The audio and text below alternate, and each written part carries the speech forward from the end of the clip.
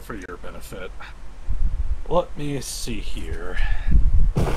When we last left off on Avalon, a good while back, our intrepid heroes followed the clues, leading themselves to the Church of Solomon, which in turn led them to the underbelly into a portion dedicated to the, I'm trying to think of the word that I used for him, the manifestation of pact magic. While our players might have been referring to him as a god, he assured them that he was more like the right hand, if anything else. None other than Faust, the patron saint of pact magic, who... There we go. There we go. Let me hit that church music.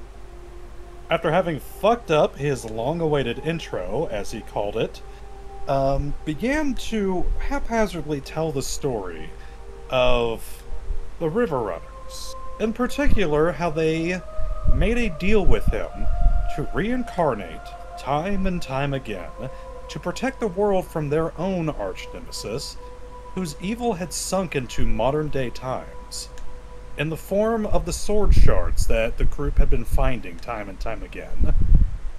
He also dropped the bombshell that with every era, the River Runners would reincarnate themselves, and in this era, they were none other than our intrepid heroes, Justice Fist. However, seeing as how it has been ages since the sword was fully intact, and its shards have scattered across the world, our characters reincarnated time and time again to keep an eye on them, but seeing as how that knowledge does not get passed along for every reincarnation, he suggested doing a little past life regression therapy in order to see if they could track down where they had last, big air quotes, seen them. Starting with Alex, as he takes out his therapy bat and whacks her across the head. This is a dude made of scrolls, right? No body, Made of just scrolls? It is... Floating text hologram style. Floating text, that's what it was. Yeah. He's basically a humanoid shape composed of pack symbols. Like a missing no? Think of when Neo looks into the Matrix and everybody's made of like the scrolling text. Yeah. Imagine that, but like pack symbols bouncing around in a humanoid shape.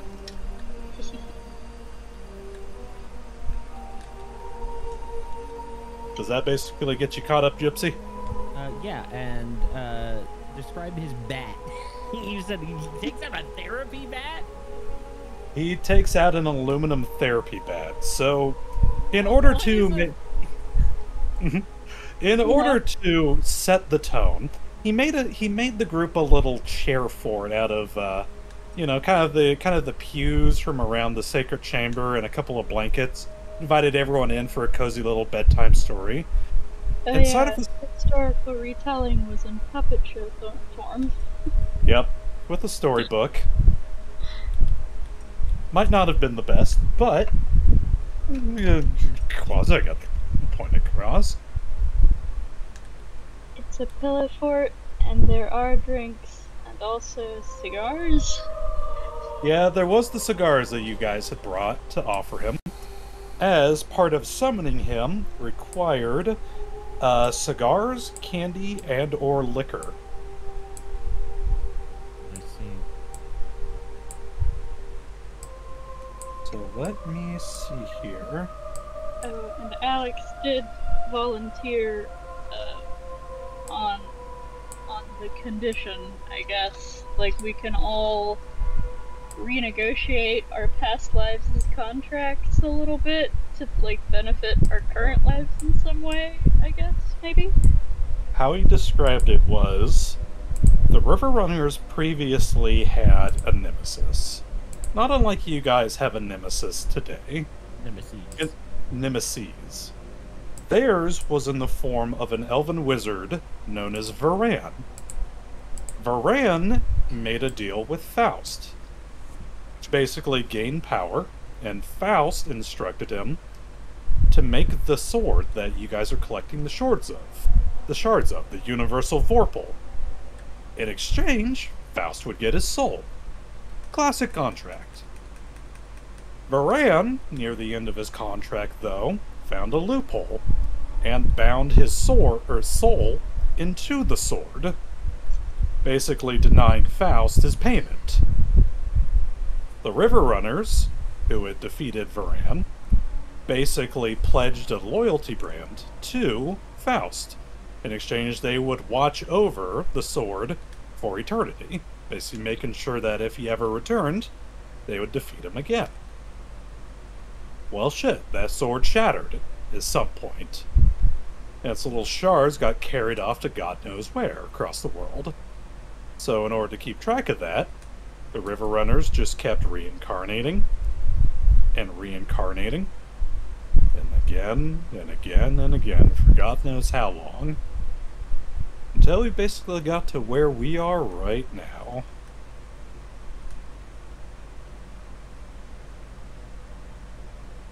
How exactly that ties into your buddies Alusfane and Anatar still is yet to be clearly defined. I think Alex asked if there was like some great granddaddy shit that got passed down. And so Alex, taking the initiative, so that they would get back to bringing the shards back to Faust so that way he could collect his payment if they renegotiated the contracts. Alex, to specify, maybe clarify, wants her little brother back, preferably home, the way that he was before the accident. Simon would want to know what's killing him. Don't worry about that. I didn't say anything out loud. Don't worry about it. Don't worry. Gypsy, we promised not to talk about COVID during the stream. Mm-hmm. And as Faust began the past life regression, you notice as he took out an aluminum bat and literally just whacked Alex in the forehead with it as she drops unconscious on the pillows that are in this fort. Let me take a look. Go ahead.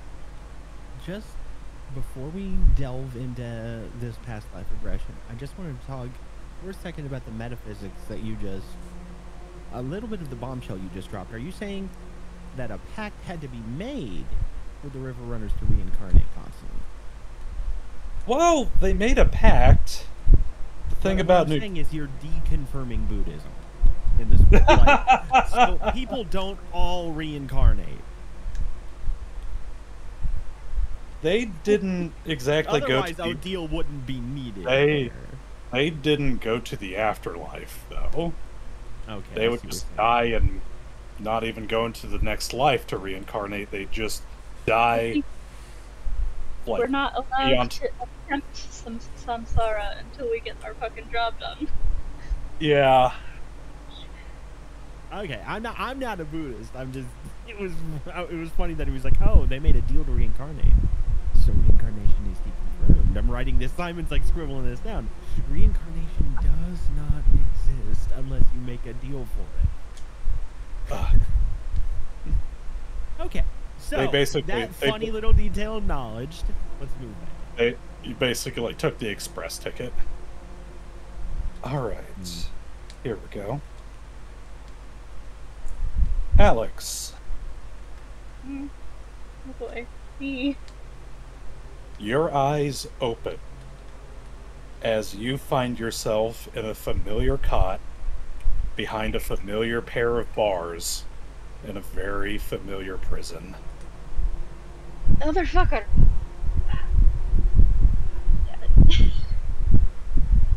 Coolly.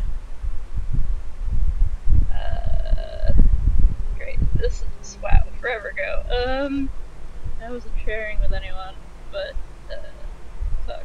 Is there any writing on my walls? Is there... I look around. As you glance out from your cell, you see the images of prisoners, your former, I'd say, jail buddies, meandering through the hall. Their bodies strobing as if after images. Weird. Is Barb here? You can almost see Barb as she passes by your jail cell. Her body, again, that sort of strobing motion as she kind of meanders past your cell, not even recognizing you. Not even acknowledging you, sorry. Can I, reach out and try to touch somebody? As you reach out through the bars, you go to try to grab on to Barbara as she wanders by. And you feel your hand slip through the image of her as she continues on down the hallway. Well, I've dealt with weirder shit. Are the bars still solid to me? Weirdly enough, the bars do feel solid. Locked? Locked. There is only one figure that does not seem to match the rest of them. In a cell across from you, the shadowy outline of a figure sits on a cot. Again, directly adjacent from your cell. Almost as if a vague shadow, taking a humanoid form, just kind of sitting down, patiently. Hello? Maggie? No, try again. As you hear a male voice answer you. Oh. My bad, you're just kind of a vague silhouette. What do you want to call it?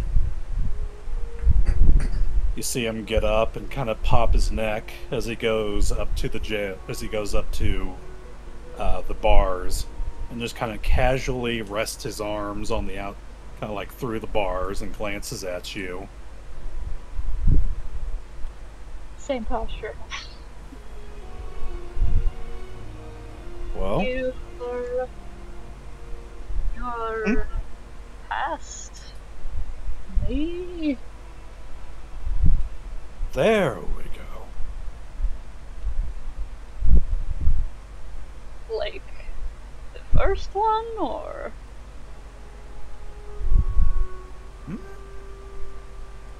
In a sense.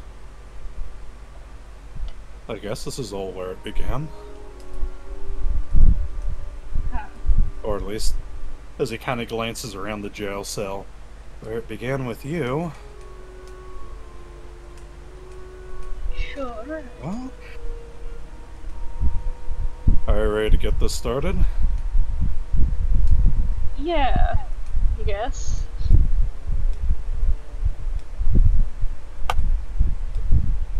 What? I rock.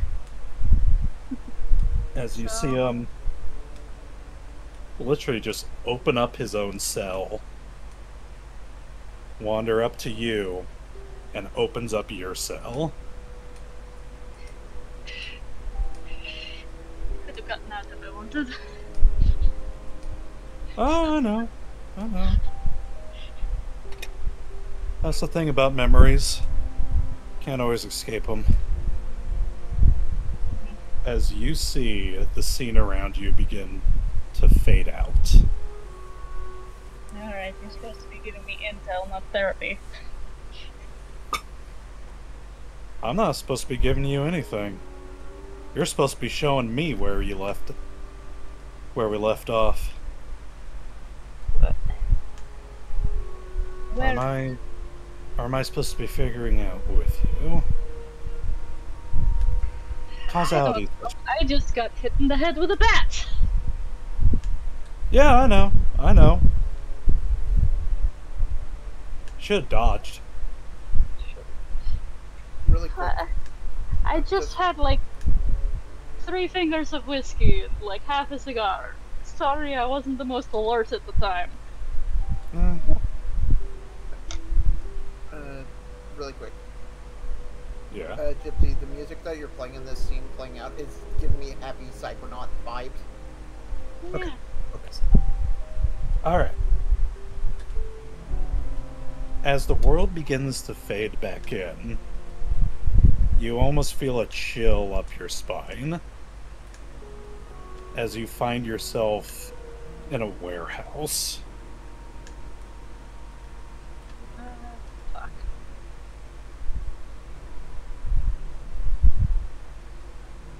Is it familiar? Oh, yes. Fuck. You see your compatriot kind of glance around for a second. Well, this wasn't very far back. Whoa, wait. What the fuck does this have to do with anything? I thought we were going to go like 1 life back to figure out where the fuck the last me left shit. But you're like the first one. How is this helpful? This has nothing to do with anything. Why are we here? Listen, I'm not in control of this roller coaster. We're working from front to back and trying to find the middle ground. Who is what? Faust, what the fuck? Just sort of shouts at the ceiling. You want him to make sense? My god, the man has never made sense a day in his life. Well, great. I'm glad you know him so well. Ugh. Never again. What? Oh, What's your fuck, no. fucking name anyway? Name. You. What? Oh. Well, right now I'm known as Alex. Okay, yeah, but like... What, are you all of me at once?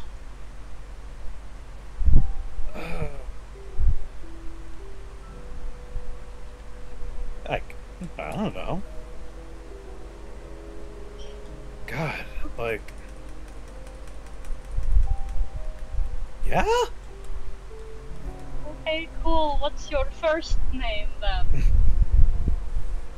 You should know you were me at one point. Though I guess we were a lot of people in between. I'm pretty sure I know through asking you. What's your first name? Alex. I got stuck. Philosophical motherfucker. Neonor. Neonor. Does that conjure a specific culture or anything? Roll a knowledge of history. Okay, that's not the names of the swords. Okay. I went back to check, but it's Nauerbor. Narrabor. That's enough. Skills. History.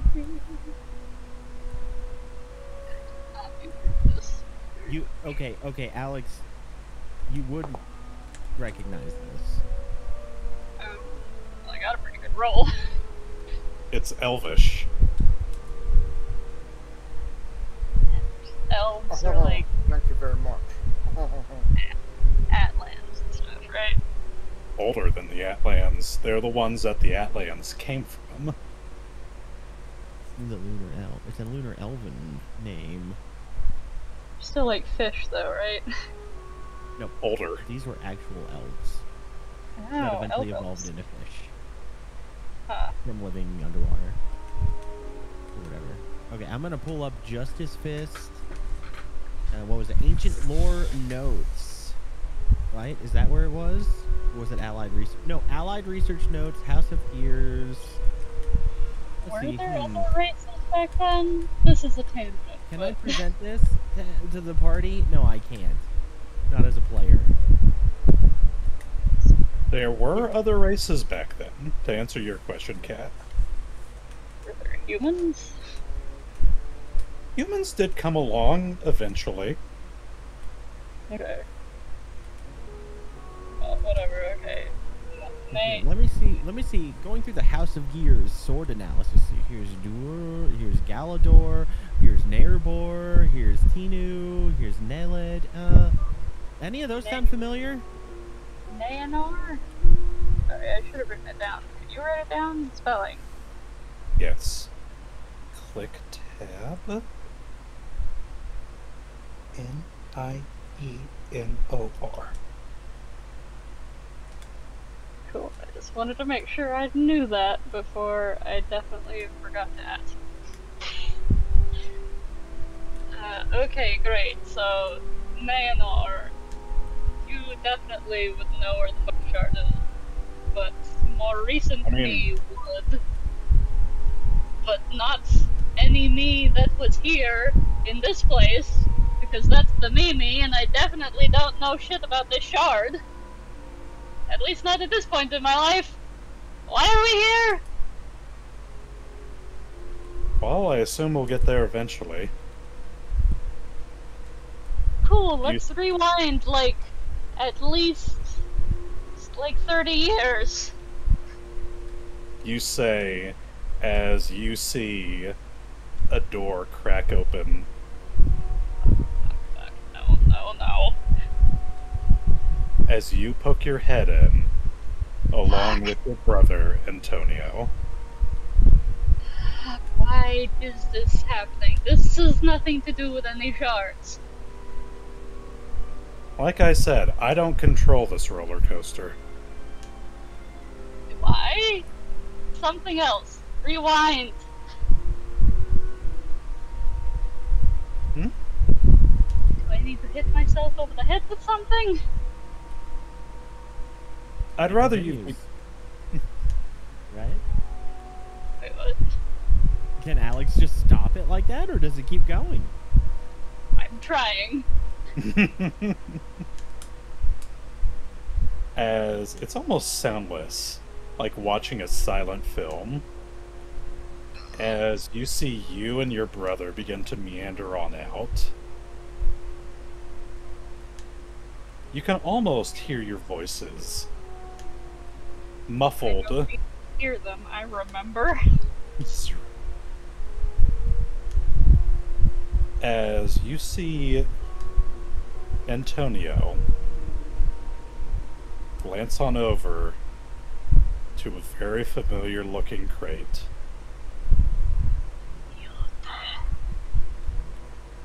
As you see him take out a crowbar, pop off the lid, and Nayanor kind of leans his head forward and kind of like glances on in curiously. Past Alex is whisper yelling at him at this point.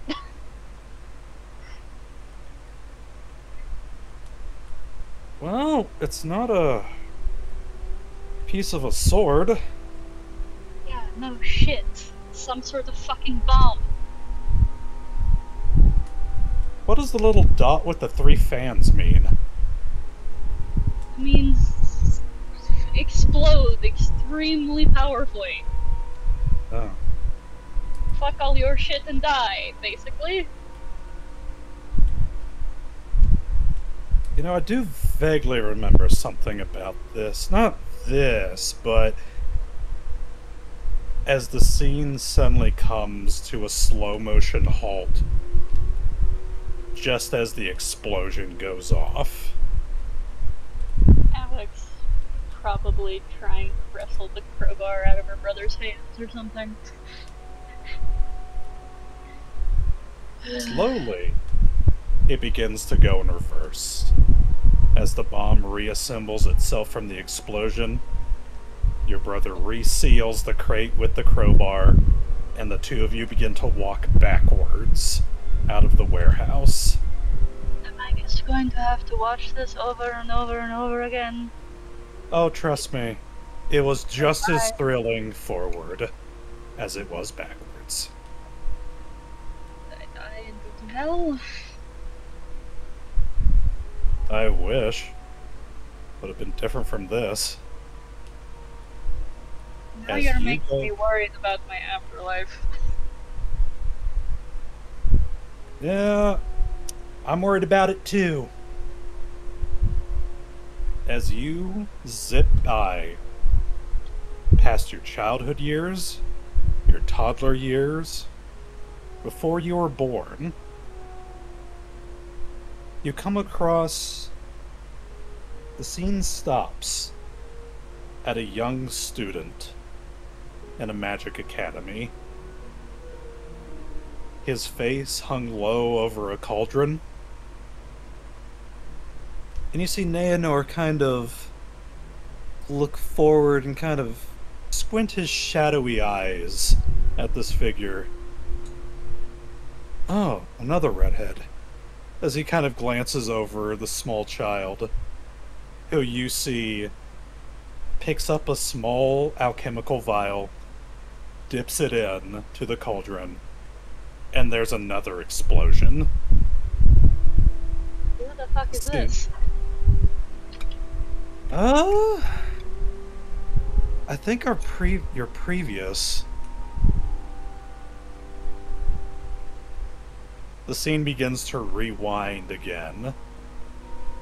This kid goes from teenager to child to infant to before he was even born. Wait, what? It's like you're heading backwards in time. But who was he? What was his name? Our name.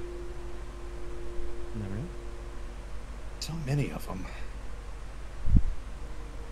As you find yourself as an old fireworks maker. You're old, you're wrinkled, have grandkids. I smell another explosion. This seems to be a rather common trend with you, us. Hmm. You could say that they had an explosive past life. I mean, I assume this is, I don't know, just a lot of patterns here, but did you explode at some point? First guy? Also, why am I men in every single one of these? You're a woman in this one. Wait, oh. You're a grandmother. Oh. As you see yourself hand off a couple of treats to your grandchildren as they run out of the shed. You go to grab a small barrel from off in the corner from your little workshop. Unable to lift it, the iron surrounding the barrel, or the iron bands, create a spark as you drag it across the ground, striking a rock in your workbench, or in your workspace, as the barrel goes off in a fiery explosion. Good job. At least the kid's proud. Well, I mean, you got yours done early. Well, yeah, I also And you did survived. die You also survived that one. somehow. Your life keeps flashing before your eyes. You've been many different people throughout your lives, many different races, many different species. Ironically, almost all of them meeting an explosive end in some manner. Before you find yourself in ancient Lumeria. Another redhead is also consistent. You are a temple priestess. You are... Let me see here.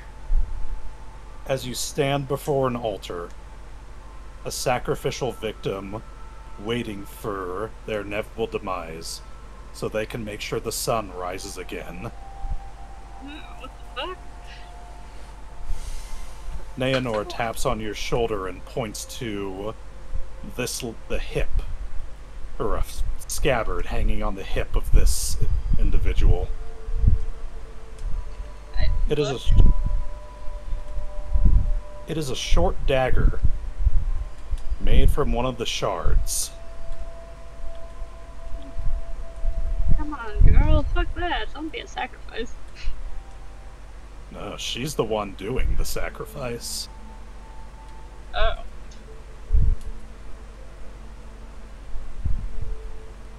As she plunges the dagger into the heart of her victim and tears out his still beating heart towards the sun. Metal.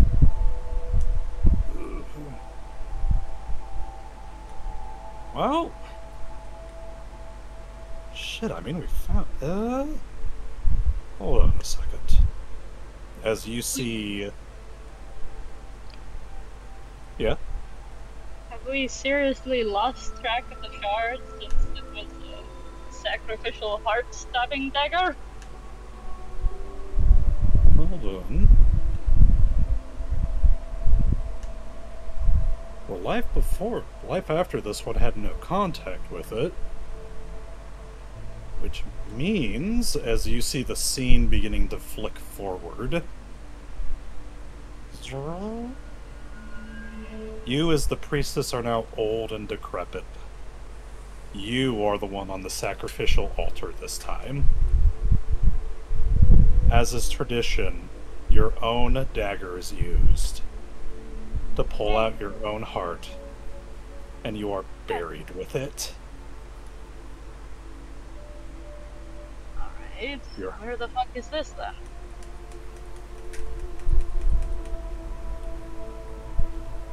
Let's see here. Roll a knowledge of, not locale, culture? Culture or history. Nanor's going to give you a +2 to this. Don't see it. Culture. See a geography. Geography will also work. Not any better at that. Oh wait, that's God. just history. History. It could be history or religion or something. The only thing I'd be good at is local, so... Anything's local based on your perspective. That's the theory of relativity. Yeah, I mean, it was local to me at the time. It's true. You know what? That's very You know, true. you know what? I will allow a knowledge of local, since you are from. I'll be nice. Ooh, is it Fantasy South America? Perfect. It is. I mean, yeah, that makes sense. This is some Aztec shit. And anything decent? Yeah. Okay. Exact same roll. 10 worse. From this location, you begin to see time move forward. Your grave, or the grave of who you once were, undisturbed as civilization collapses and the ruins of this place are reclaimed by the forest, reclaimed by the jungle. You recognize this as a temple complex not too far away from where your family lived in Lemuria. When you watch as from your body, from the priestess's body, a tree germinates. A small little sproutling that grows up through the top of the temple and bifurcates, twisting into two trees that grow around the temple. I was gonna ask Blaze what's did the bifurcating. split. Huh? Sorry, two people talking over each other. What was that, Cat? always with the splitting? It's what it was good at.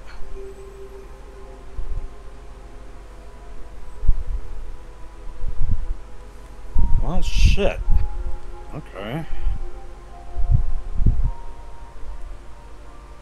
That tells us where that one is, at least. If it's still there. Do I know the name of this temple? Is it like... This is the Temple of the Dawning Sun. Okay, that's definitely not a native name.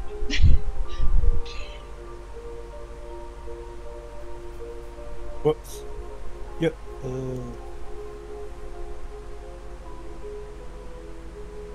There we go. What now? Chichen Itza or Teotihuacan or... I don't have the actual name, regional name for it. This is just what this is just what it's called. You can give me the actual. Yeah. So I have to do a fantasy Indiana Jones. Sounds like a plan. Where was Indiana and who was Jones? We're in America, right? Yes. It's also the 1930s, 20s. 20s.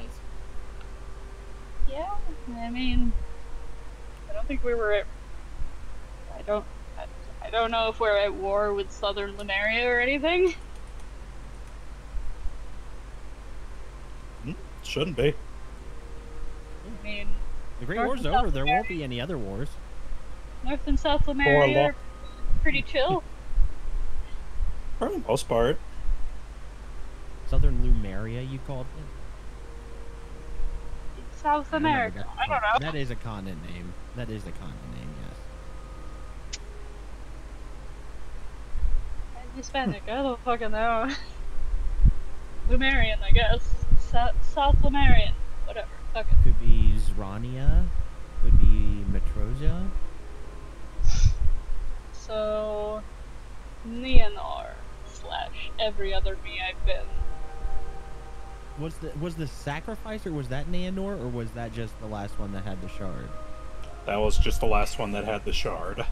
Okay. Neonor was OG River Runner who made the pact in the first place. I thought he was implying that one of the River Runners was a human sacrificer. I was like, what the fuck? No, I'd have to rewind more to get to Neonor. Okay, I assume the most recent shard I've been in charge of speaking of. Okay, Neonor. Does this mean that there's like 5 shards? Like one for each of us? There are 5. Yeah, 5. He begins to count off his fingers. That'd be convenient. Well, 5 that I know. At least most of us should know where they are. That should Were we leave all 5, 1 shard. 6, 7. Not always. I know sometimes we kept an eye on other ones. But I just had the one.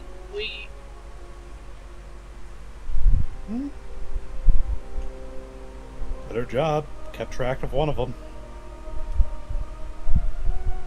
And you stumbled across the other ones in this life.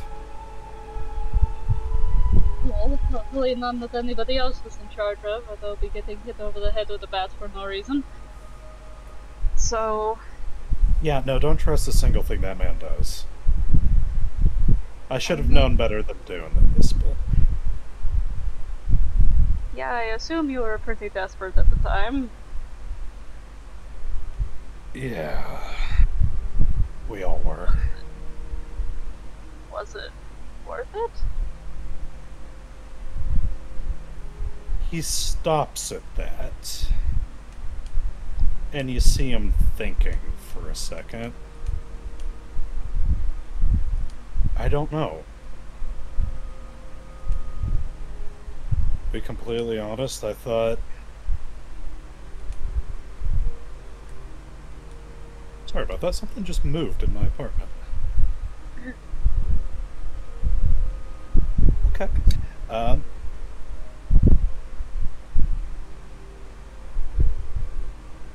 I couldn't tell you, honestly.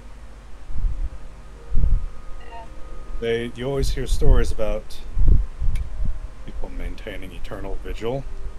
It's a storybook sort of thing until you've done it yourself and you realize just how long eternity is. Am I going to regret asking him for something? Everyone always does. Doesn't mean people don't do it. That's the thing about a pact. It's a contract. This for that. And Faust always gets what he wants in the end. And I only get what I want if I get him this shard.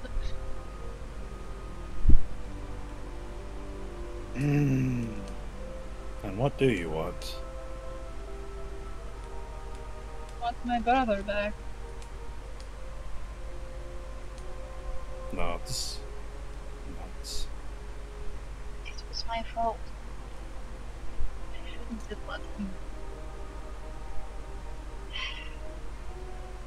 I know what it's like to lose somebody. And it's not easy. As you see the scene from where it's at begin to rewind even further, as you see time speeding by, the tree slinks back into its tiny little seed, and you see the jungle dissipate, and then the temple get deconstructed.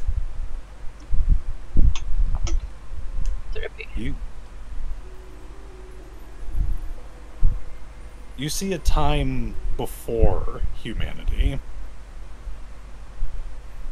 when dwarves were shorter, when the Atlan weren't blue, they were pale, they had no gills, when they were elves.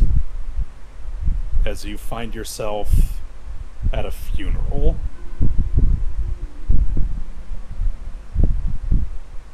Neonor is no longer just a shadow. As every eon that has gone by, he has come more into focus. Oh shit. What do I look like? Am I hot? You are a very pale. You are a very pale. You are a very pale but very regal-looking male elf. You have hair down to your shoulders that is as silver can be. This man is nobility, damn near royalty. Dang, that was fancy. As you glance on down into the coffin, as you see a young teenage elf, an elven boy.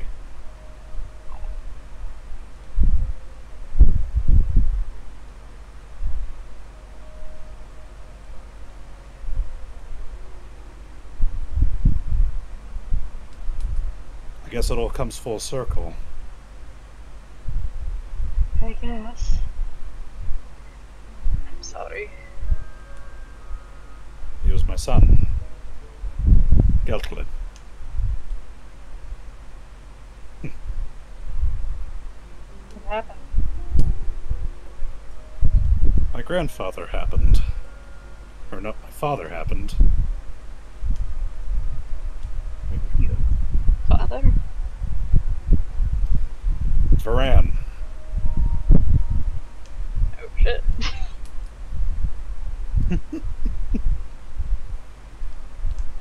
He was one of the greatest elven sorcerers this land had ever seen. And he wanted more. Me and my friend were there to stop him. But not before he took something very dear to me.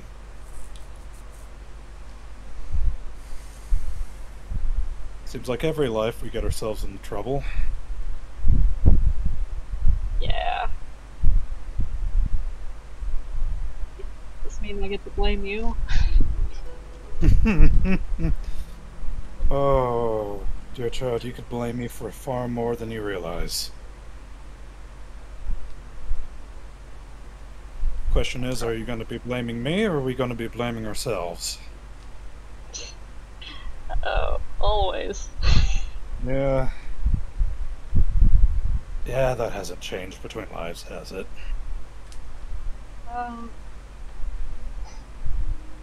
If I do it, will things be better for us? Mm-hmm. I mean, it'll stop, right? We'll be free. Well, we can die properly. There's that. It's probably less sucky than this. I've been upon this world 1,000 times, and not a single one of those times I've saw heaven or hell. It's just been the next cycle. Boy, girl, elf, Atlan, dog. Dog. Redhead. Always a redhead. I could never figure that one out. Always a redhead and always exploding. I don't know if that's karma I or mean, fate. you're me, so like, I don't care if you know that I'm not a natural, but Shh. I won't tell. so is it just like watching me? Are you watching me all the time? Is that what the afterlife is for you? And then it's the next person? Are you... Do you watch yourself when you look at yourself in the mirror? Right, I guess you're just me. He just is you. And only right now we're different. You're him. That's your son in that coffin.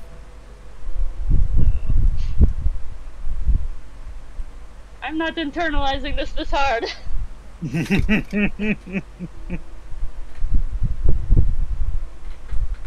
mean, clearly I'm not getting that many memories. I don't know what all the other people's names were. I barely remember them myself. You have no idea how long we've been at this. Hell, there have been some lifetimes where we haven't even been doing our job. Sure, that's frustrating on some level. At Well- some point, you just ask yourself, what's the point? No one's going to find them. Even if they do, no one's going to know what the hell to do with them. Hey, fuck So- off! We did really good! I wasn't... I'm That thinking was to the... cool people. I'm thinking to the time that we were a baker. I missed that. I mean, I'm sure our sourdough was fantastic, but... I mean, It look at was. us now! Surely we're at least hopeful right now, right? Are you? I mean, seeing all this shit, kind of. We found a bunch of them. We know what's going on. I mean, it's going to fucking suck if we fuck this up now, so that's at least motivational, right? I love How how long- often... How long has it been since we were this close? Ugh, I stopped keeping track at some point. Fuck off! I have become really sassy. Yeah, wait, fuck off! I mean, come on, listen, we've got a bunch of them. Like, we fucked up with giving them to our boss for a minute there, but we still have some. Fair. That is fair. And we have at least some, I don't know, fucking metatextual awareness right now. Hmm?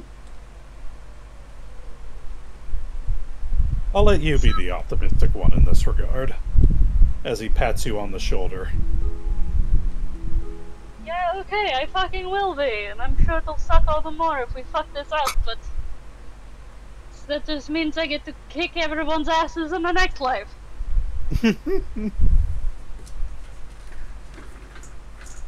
Fuck it. I'm getting my fucking brother back.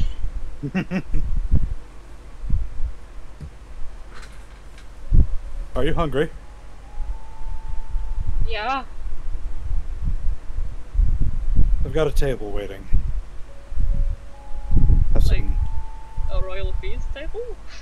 As he gets up, as you see the scene almost transition to a large round table, you see before you a plate with what appears to be fish, some greenery, and a goblet of wine. Yeah, right. The others will be here eventually. Confer notes on what we know, and where we Okay. need to take things from there. Can I ask you one other thing? As much as you like. Alright. Imagine you're not an apathetic motherfucker. I'll leave that to you. I still Okay, have a but- ways. I still have a ways to go. Well, try. What kind of advice would you give me right now? Other than get the shard you know about. That's like that. Sometimes things happen for a reason. They're not always good reasons, and they're not always reasons we like. Sometimes things do happen for a reason. Like exploding? Losing a loved one. And exploding. Although we seem to have gotten used to that. Maybe it was desensitizing me for this lifetime. It could also been that. It could have really been that. Oh dear. I don't like that. I blame Faust. That's always a safe bet. Alright, fuck it. I sit down and pick up the wine. Okay. Back in the waking world, Alex, Family Guy posed. literally, with Faust kind of leaning over Alex's body, the bat still in his hand, just kind of like nudging at her. Oh shit, I think I did it too hard.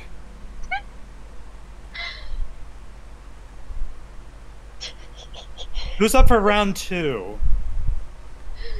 Oh, I'll go. Nevo? Good boy. That's why we... Oh, God.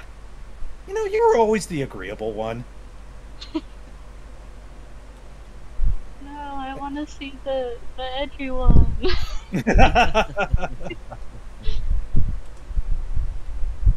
Let me see here.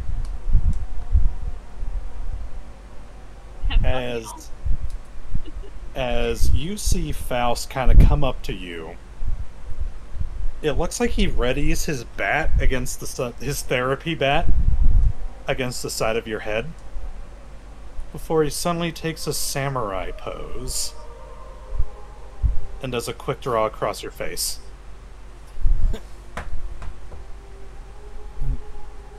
Okay. It definitely does make a whiffle bat noise. Take a sip of Pepsi I real quick. don't know why I was imagining this fire being metal making a squeaky sound.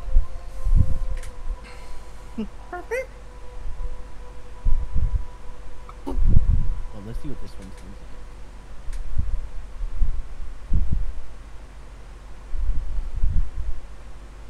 like. No, that's all swing. Oh, he gets hit. Bonk. Bonk! Where to next? Checking on my notes real quick.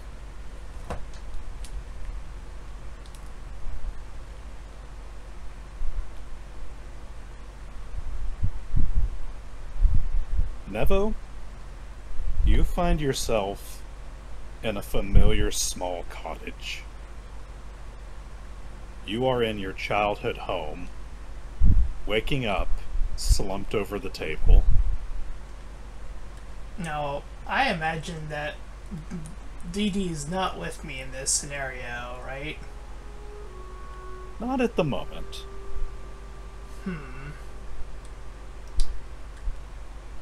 Huh.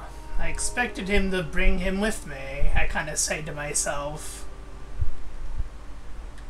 As I kind of just look around. Those of you in the waking world, as Faust glances over his shoulder, I never strike a dog. 'Cause they're always good puppers.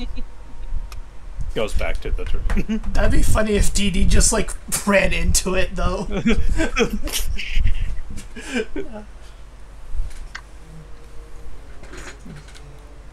Anyway. You see, sitting across from you at this table, a shadowy figure polishing a sword. You see it kind of glance up at you as you begin to stir at this table.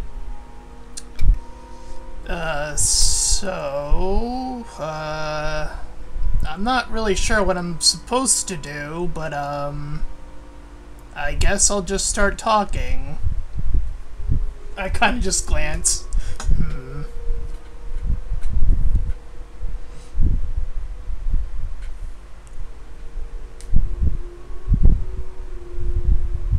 Hello? The sound of rain patters against the rooftop. You remember the last time it rained like this was the last time you ever saw your parents.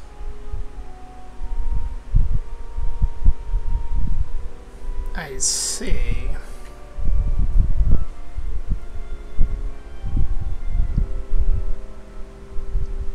I expected this would happen, I think. You think or you know? You hear the figure from across you says. Oh, hello. Oh, you sound a lot more, confident. Someone has to be. You ready to get this shit over with or not? Oh, sure, I guess. Yes or no? There is no I guess. Yeah. Okay, good. Wait, shit, was Nevo's the issue? As you see him get up from the table and sheath his blade. You're not gonna cry on me, are you? No, I'm very much used to death in my profession. Alright, fine. As you see him head towards the front door and glance back at you. I'll follow. As he opens up the door, a chill runs down your spine. As you see yourself kneeling in the mud. Your mother and your father lie dead in front of you.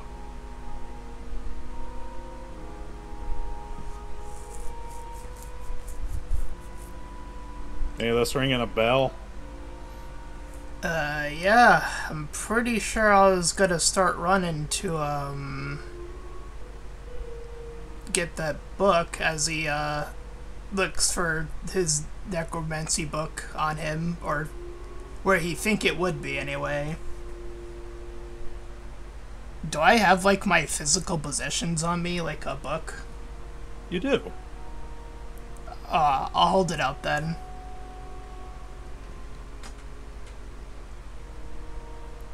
I don't suppose you were,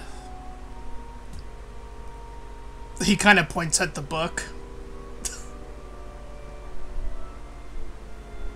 You almost feel like you can hear an audible, disapproving sigh, and you can almost see the eye roll as you're just kind of staring at this silhouette.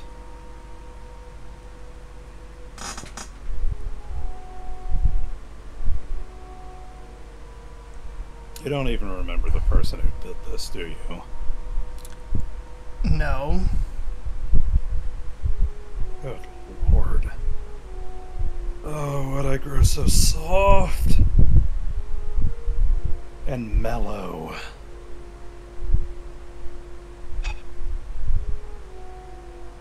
You see the scene begin to rewind. The rain flowing from the ground into the sky. You just see yourself completely in shock. As from down the road walks a figure, backwards, as if they had just strolled away as casually as one would getting the mail from the mailbox. A hooded figure that approaches your little cottage. You vaguely remember them. So long ago, yet so much trauma is not good for the young mind. You hear your compatriot say, "You know, if this was me, I would have just grabbed the knife instead of the book. You know, I'm gonna try something new, I guess." How well it turned out. As you see the figure rewind back to in front of your parents.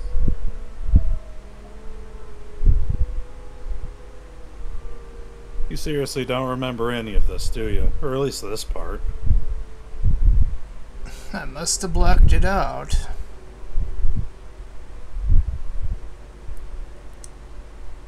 The figure lowers their hood. Nevo, it looks just like you. It is an Atlan.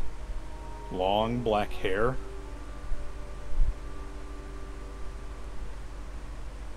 Same sort of smirk that you got across your face.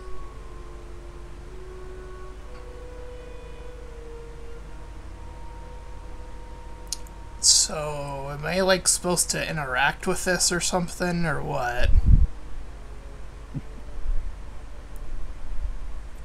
I don't know. Kind of along for the ride, man. Oh god, now I'm talking like you! You see the shadow kind of go, like, rear back and, like, start banging his head against the side of your cabin. Oh, and I thought you were just a pure professional here. I am a professional! I am a professional ass kicker. Always have been, always will be. Well, about that, how do you feel about having other people kick ass for you? Yeah, that's kind of the vibes, man.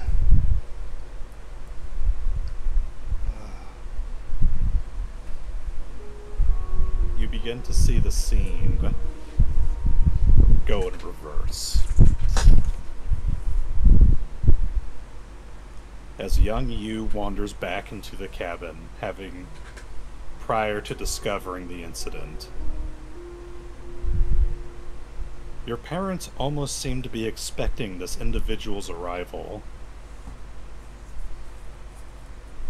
The scene cuts off. Fuck, no, go back, take notes. Can I do some sort of history check or something to like, or like a visual thing to like, Do on a the perception check. Okay. Where is perception? Brad, who the fuck murdered your parents? Oh, come on. Oh, let me do it this way. There we go. Oh, damn it. The stupid pop-up thing. Hold on. Ugh. Oh no, ads have infiltrated Tom's I don't know how to make this stop either. What's going on? Like, every so often this, like, McAfee office thing keeps, like, wanting me to purchase it. Oh. Oh, no. Oh, no!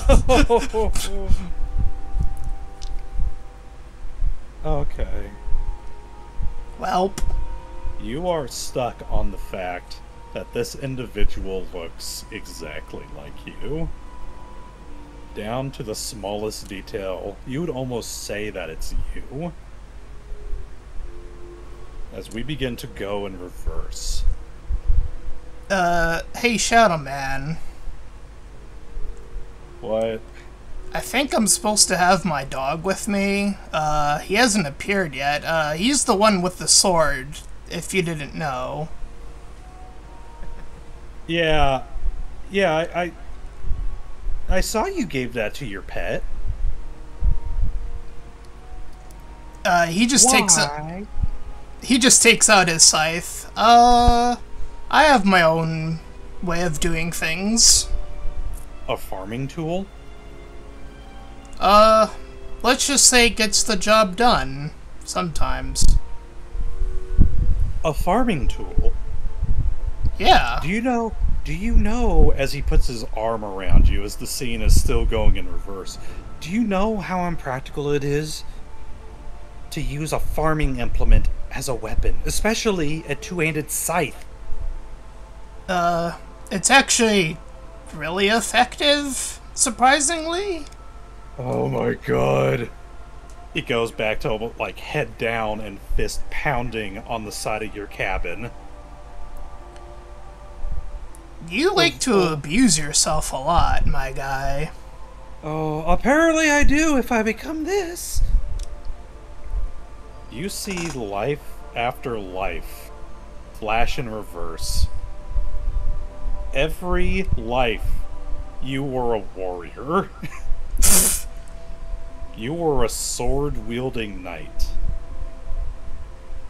Strangely enough, always meeting your demise by the exact same person. This Nevo look-alike, wielding a dagger. Black as obsidian and crudely fashioned, like a shiv. Well, that's Fuck.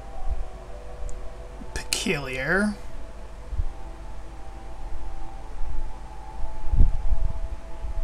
Every single life, we fought like men! You see one life as you are a heavily armored dwarf descendant, leaping with a sword, a great sword in hand, as your throat is cut in midair. The life before that, you're a human again in full plate armor, wielding a sword. Not the same sword that Buddy Bonesley has been carrying with you. As you go to strike this Nevo look-alike, as he guts you from nuts to chin. Okay, can I do a check on this repetition guy though?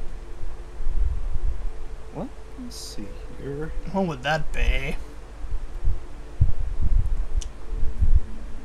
Let's see here. I'm not sure that you'd be able to roll. I'd allow you to roll another perception check. Okay. If you get another nat 1. Okay. Well, there you go. Oh, goddamn. 29. Alright. Oh, You notice an emblem on his cloak. The same one that has branded, or that is emblazoned across your book of necromancy. Huh. So he kind of looks at his book.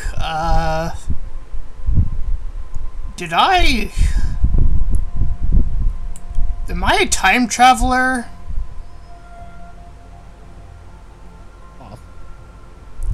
That's one part. Oh god, I hope not. You hear him let out a sigh.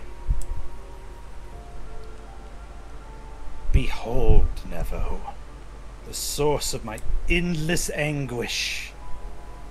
You see, he kind of wraps his arm around your shoulder and does like the hand wave, like the grandiose, like, arms stretched out hand wave.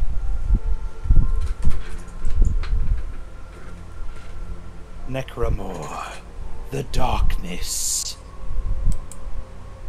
My arch foe, life and life again. Can I get that name again?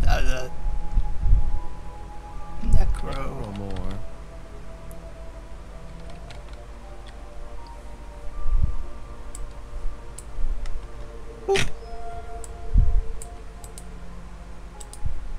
So there's a good chance this guy's gonna come after me if he's not me, then. Well, I mean, he already did come after you. He did? He only got your parents.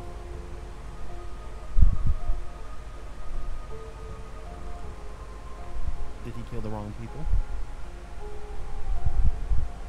Oh. No sport in killing a kid, I guess. Could Nevo tell if that obsidian dagger was one of the shards? Of It one is. of the vorpals? Okay. It is. Every lifetime you have gone after this guy. Another race. Usually always is male, but sometimes you're an Atlan, sometimes you're other. Always going after with sword and shield in hand, valiantly riding up to his tower, to his dolorous guard, and meeting some end at the end of his knife. Okay, I'm starting to get the vibe that I made the correct decision then. Oh, bullshit. Just because they say that the pen is mightier than the sword doesn't mean it's true. Alright? You tried decapitating somebody with a pen. Tell me how well that works for you. Oh, you know, I can always just raise a few skeletons and, have them raise the swords. Maybe it was Buddhist, time for change. the Buddhist jock finding out his next life is a nerd.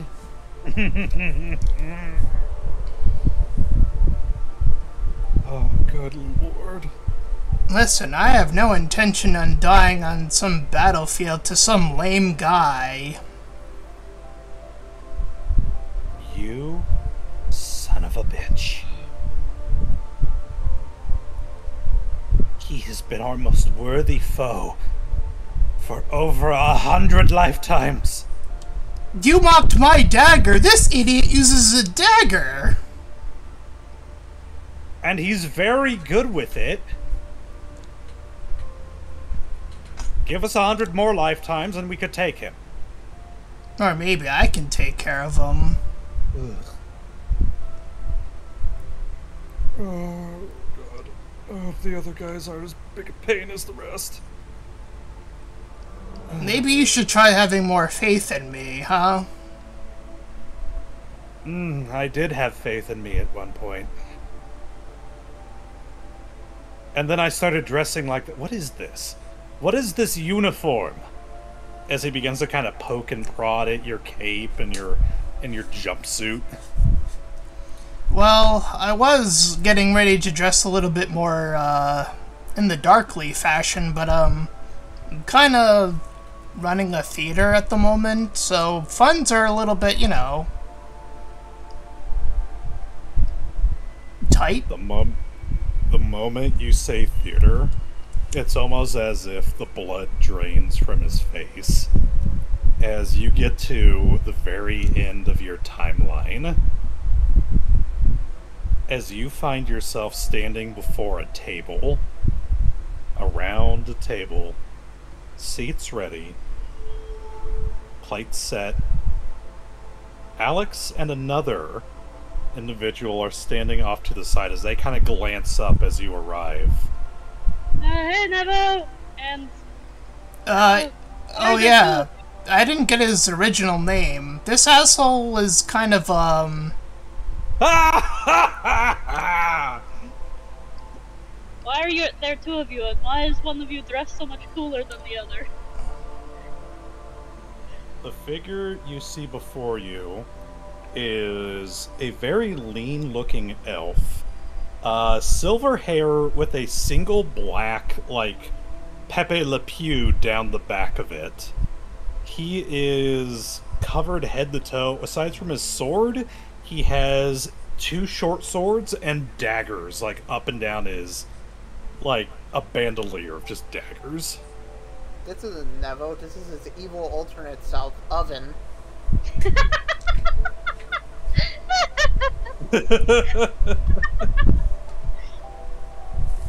Nevo, your past self is actually, like, cool looking.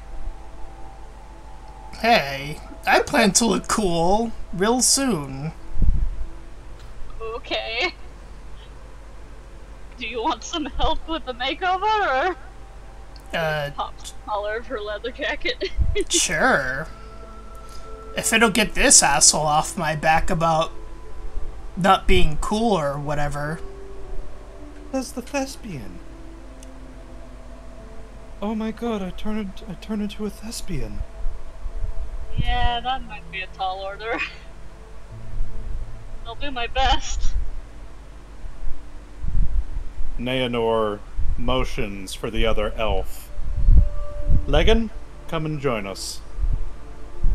The others will be Bold Legan the Swift. Bold Legan the Swift. Okay. Wait, you didn't have like a weird title, did you?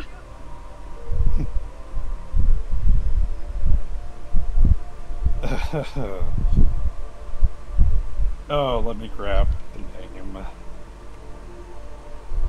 Pull out my note cards. Yeah. Gypsy, when you fucking posted that meme about making too many notes on your world, yeah. Oh, please be more badass than Bold Legan the Swift. Bold Legan the Swift.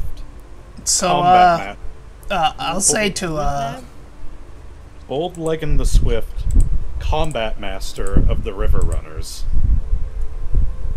Combat Master? Okay, that definitely doesn't carry through. No offense, Nevo. Bold Legan. I'll italicized Legan. Bold Legan. Bold Legan. I'll inform Alex of the, Necromore guy that has the dagger. That's the, other piece or whatever, or one of the other pieces. Wow, that sucks way worse than the thing I need to get. Sucks for you. I think you mean sucks for us. When he You're not here yet. comes, we'll all have to contend with. You are in the. Okay, we're meeting up in Ghostland. I thought you were each waking up. No, you need to get hit by a bat and then join the Ghost Feast. God. I think Ghost that is feast. Simon saying that he volunteers to be next. No, I think you know what? I think he who smelt it dealt it. Ivan, you're up, bud. I'm not even done yet. I was going to answer Kat's question. Neonor, Crown Prince of the Moon, Okay, I'll prove that up. son of House Varan.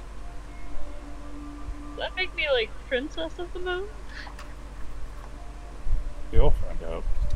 Wherever you say, Kaguya. House name. Wherever you say, Kaguya. I assume that's an anime thing. Can you write down the house thing name? as well. Too many people talking over at once. What was that, Kat? Sorry. Can you write down that house of the what? Yeah, no, it's a Japanese mythology Yeah. thing. Kaguya, the Princess of the Moon, aka one of the first. We don't want to talk about Naruto right now. I'm not talking about Naruto! Oh my god, please. I just got done with Chicago. And it was loud. That isn't just Good. Naruto, that's actual Japanese mythology. It is.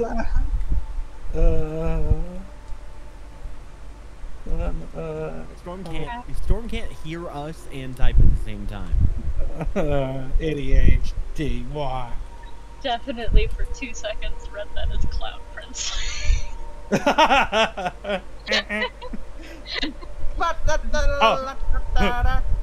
Hum, Alex.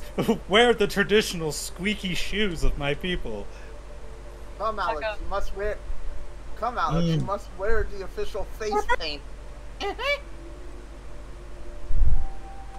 Back in the waking world, Faust glances down at his bent bat and looks at the rest of you.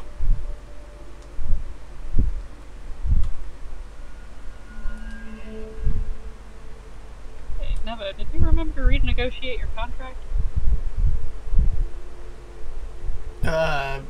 My guy did not seem interested in bringing that up, neither did I. But no, you were supposed to do that before you got hit with the bat.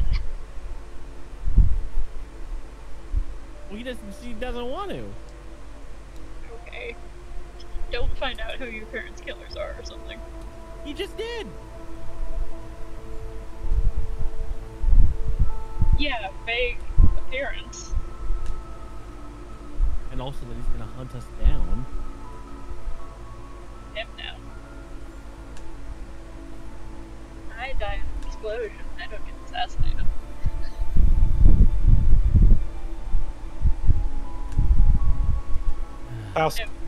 Faust quietly looks over his shoulder. It's times like these that I always cherish, where I'm just staring at people quietly while they argue in their heads. And then he just continues to stare over his shoulder for like 5 minutes. You know what? Me, just in case, because I don't know if this will go over in the next week. Me and Kit are always here. Let's hit Dragon. Just in case Dragon's not here next week. I shouldn't have any problems, but that's a good point.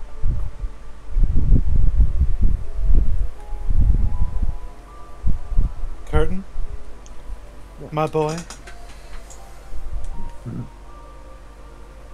I've got bad news. I don't need to hit you with my bat. And why's that? Because I already laced the whiskey. Nah, Oh, no! As you suddenly black out. got him. Faust begins to dab.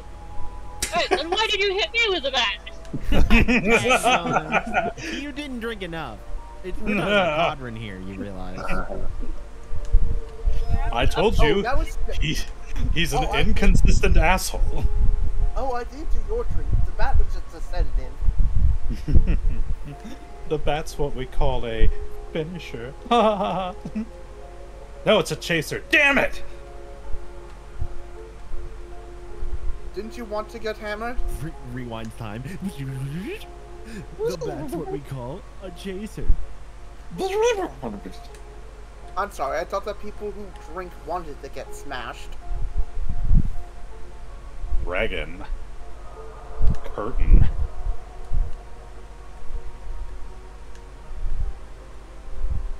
Dragon? Yeah. Oh, there you are. Okay. Here we are. You wake up with a sniper rifle in your hand. Your eye glued to the scope. It's the war. Just as you remember it. With somebody always latched in your crosshairs.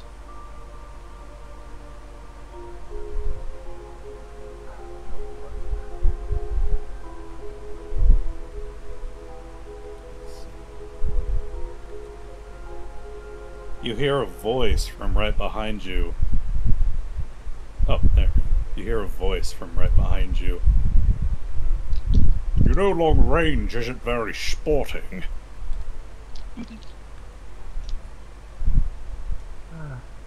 Not sport. It's war. If you're not cheating, you're not trying. Cheating. Cheating and war. I've ever thought you'd say such a thing. Where's the thrill of it? Why is Kodhran's former life Sean Connery? Because they're both Scottish.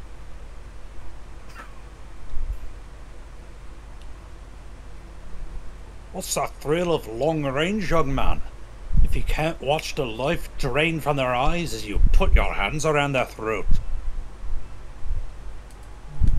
I never was very good at fencing at the boot camp, so it's always super better. Each his own. You hear the sliding of a telescope as this shadowy figure, large figure, kind of leans down next to you. You are currently on a roof, overlooking a hotel. You remember this day. It was one of the last days before you had to hightail it away from your homeland. Weeks before you had to go on the run and change your name. The last target you ever had.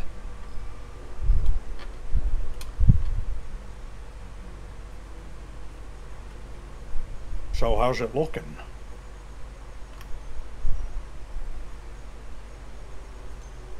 After wait for these pieces had out of that taxi car.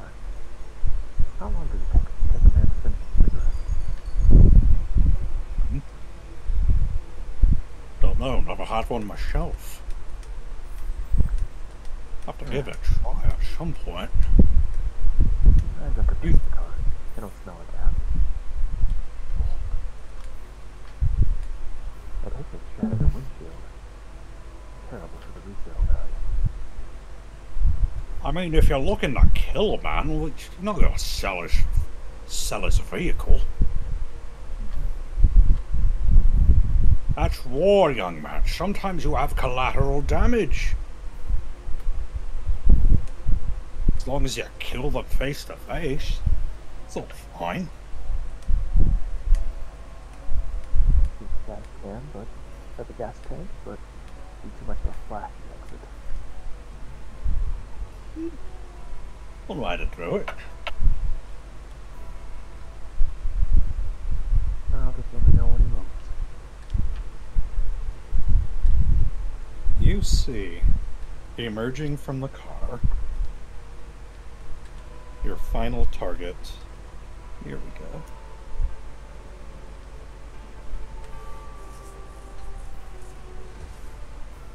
His name. Here we go. I actually had to draw from a natural name.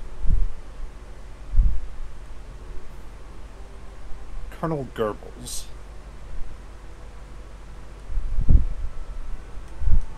a lead in the Red Leaf Army.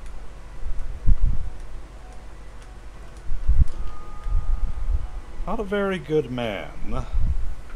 They say that every scar on his face was a victory in battle. And my god, the man looks like he got run over by a tank. Is that last name spelled how I think it's spelled? Yes. Okay.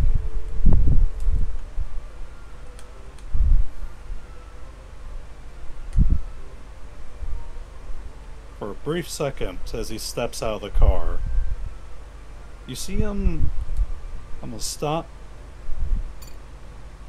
kind of take a deep sigh, and he almost kind of looks up at you, tucked away at your position.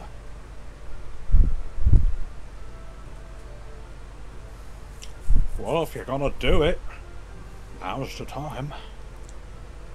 I mean, unless you want to go up and strangle him.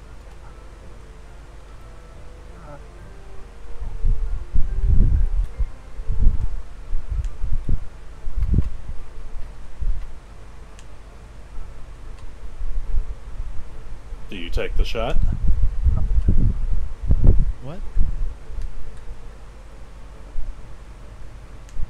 You pull the trigger. Your rifle fires. And time almost seems to stop.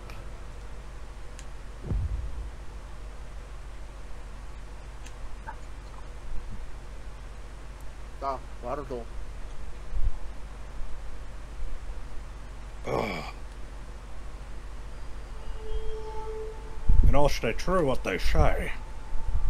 War really doesn't change.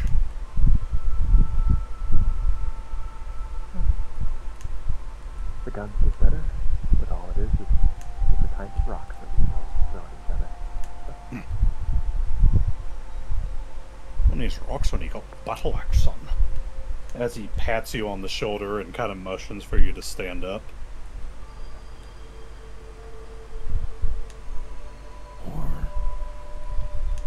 War never changes.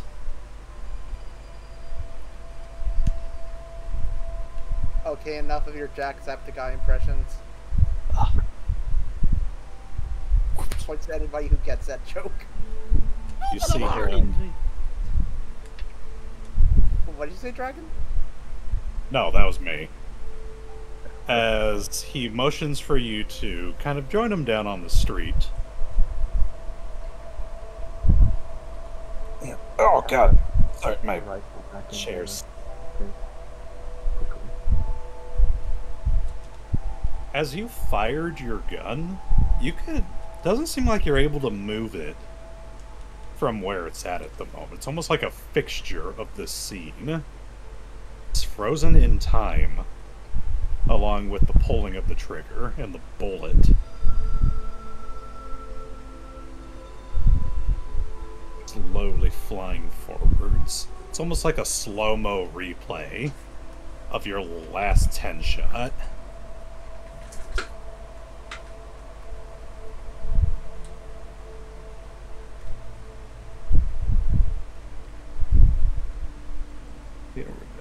Okay.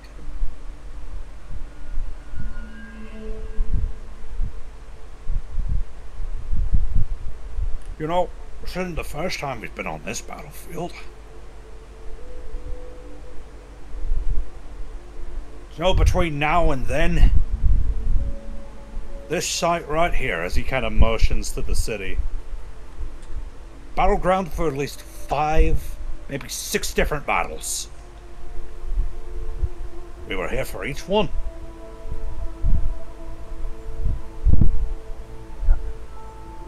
Last time you fought with a gun. Time before that, bow and arrow. Before that, you even had a sling. Good lord. What happened to good old muscle? Well, maybe you can give us a fencing lesson. You never know. Might be scrap. You don't need to fence, young man. You don't just hit a man with the blade. You could blast his skull in with the pommel. You could bludgeon him to death with a scabbard if you're skilled enough, or determined. You don't seem to agree with me on that one. Oh, fine. Well, and sort of seem to have a certain kind of, you know, what's it called? Elegant. Weapons of knight and samurai. All the people that history remembers fondly.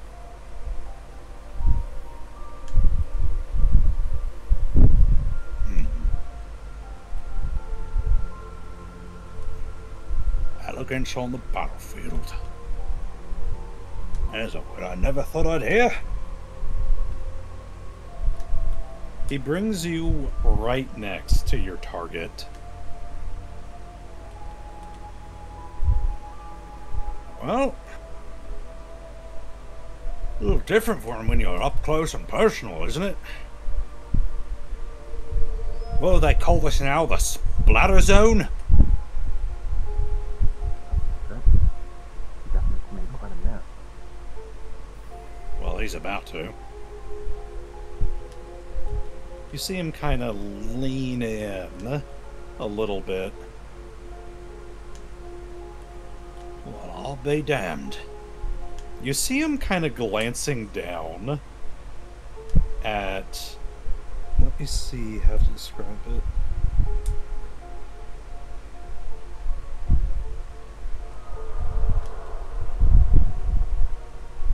Okay.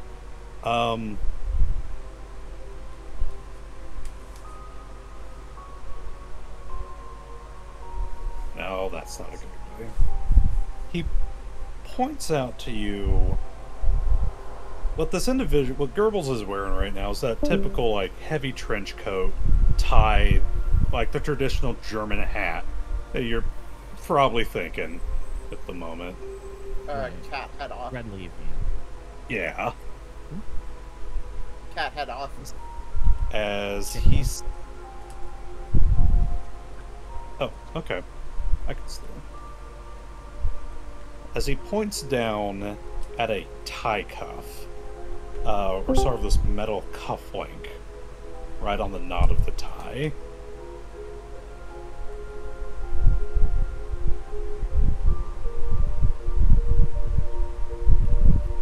Does that look familiar to you, lad? I think that's a look at it. I think it's...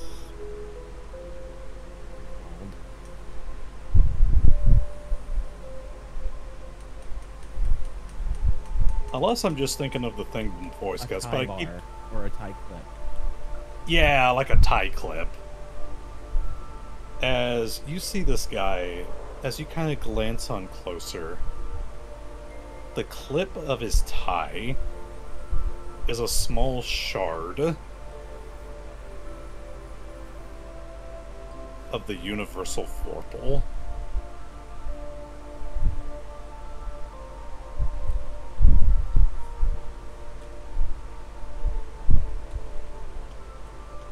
You know,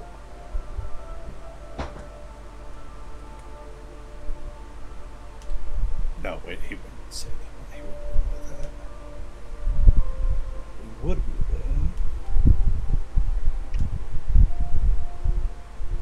Oh, I hope it's in like a Great War museum, and we have to like heist a museum. as you see him kind of take his thumb and just kind of rub it, or yeah, kind of rub the surface of it. Glances on over at you. These things always did have a funny way of finding their way to the people they need. You never noticed the pattern of the previous ones, did you?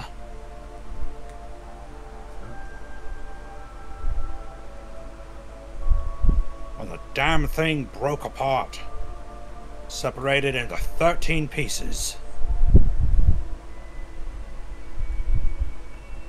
Each piece corresponding to the map above your head, boy.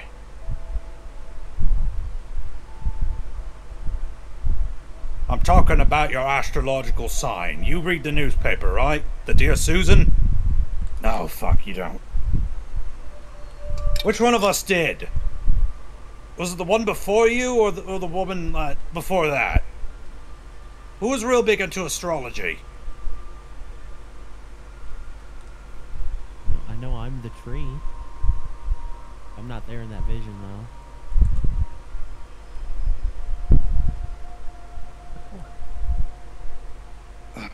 Alex? No, the other one of us. Was it when we had tits or not? The tits now or the tits then? The tits now or the tits then? Was it when we had boobs or women tits? Was it cock or pussy? You decide. Ah, fuck it. So there's 13 pieces. What he's saying is there's 13? Can we call this episode All Tits Up? No. Definitely not. Call it Fishing Quest. Yeah.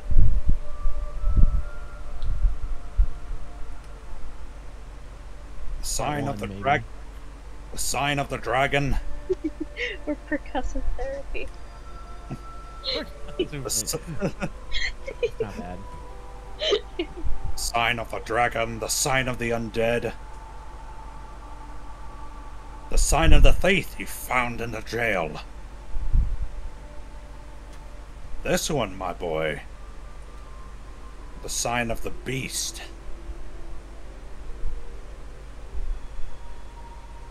The Very quest for the meta quest, you could say. You see, I always find a way to find someone that, like, bleh. Always drawn to someone in particular. As all of a sudden time seems to catch up. As Goebbels' head explodes right next to you, Dragon.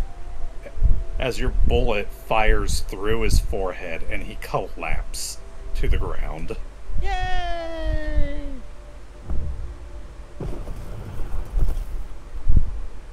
You remember this. As you glance back up at where you previously were with your sniper rifle, as you see past you,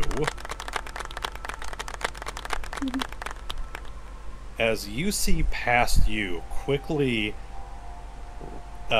holster your sniper rifle and begin to duck out of the city. Scrapper.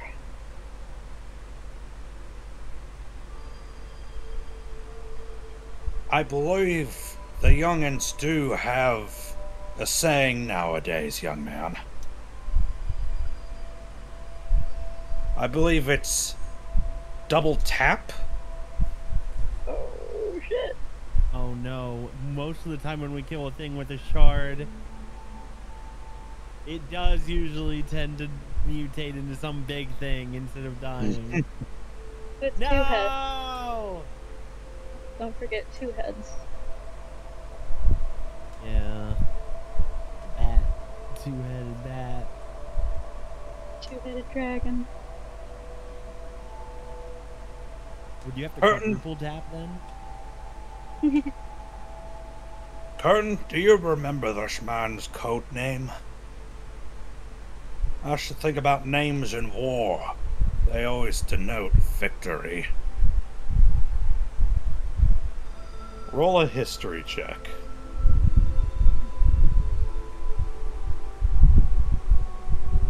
See if you remember.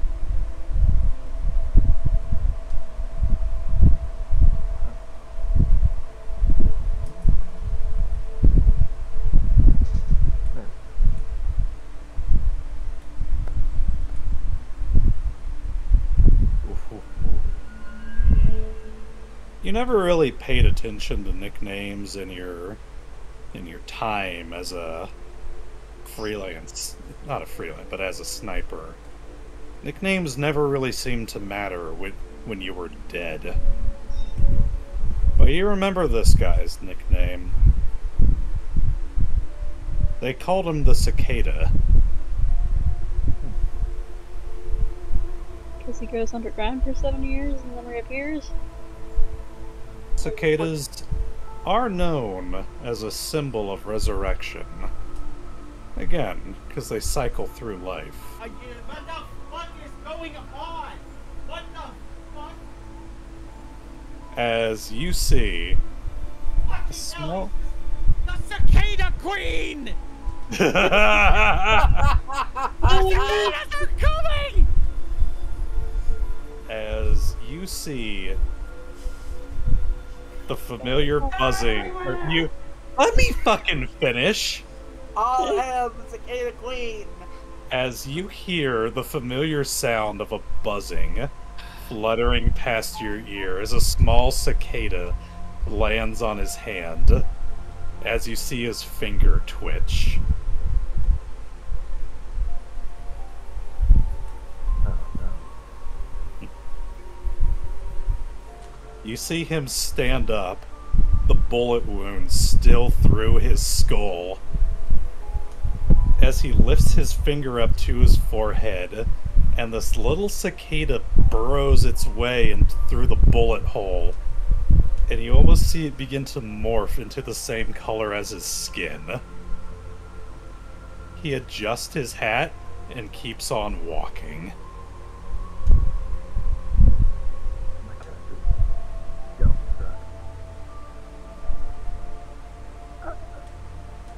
looking at his body. What's going on? That's why I always say, strangle them with your bare hands so you know they're dead.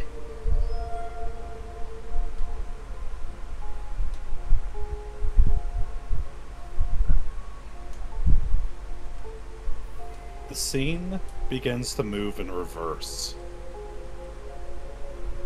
Each...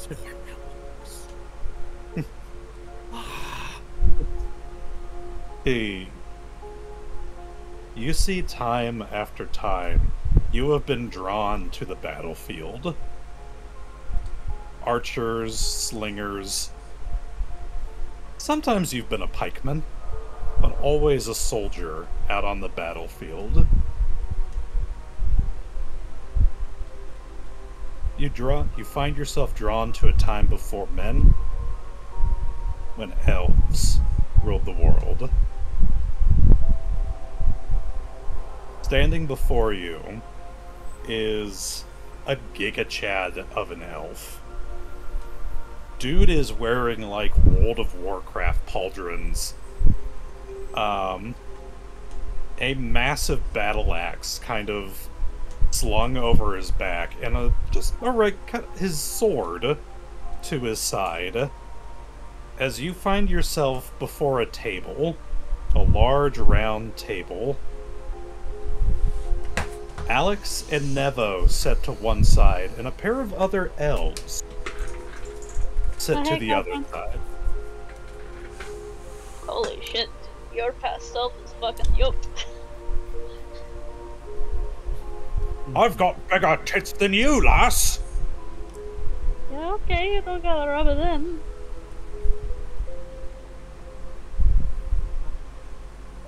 You see him... Combat ready tits. Huh? You see him kind of make his way on over to the table and give Neonor kind of a slap on the back and kind of like motions to you, Alex, like, huh? I see what's going on here. And Neonor just kind of rolls his eyes.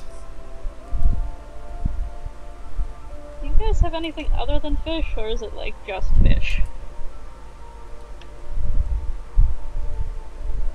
I'm sure we can get you something. Red. Great. The name is Versanar, young man. Versanar of the Sun-Touched Mountain. See, that one's cool too.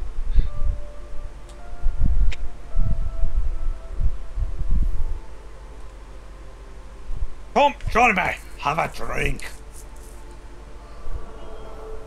maybe some red meat, and also if you've got anything stronger than wine, just like drink your glass. Zipping back to the real world.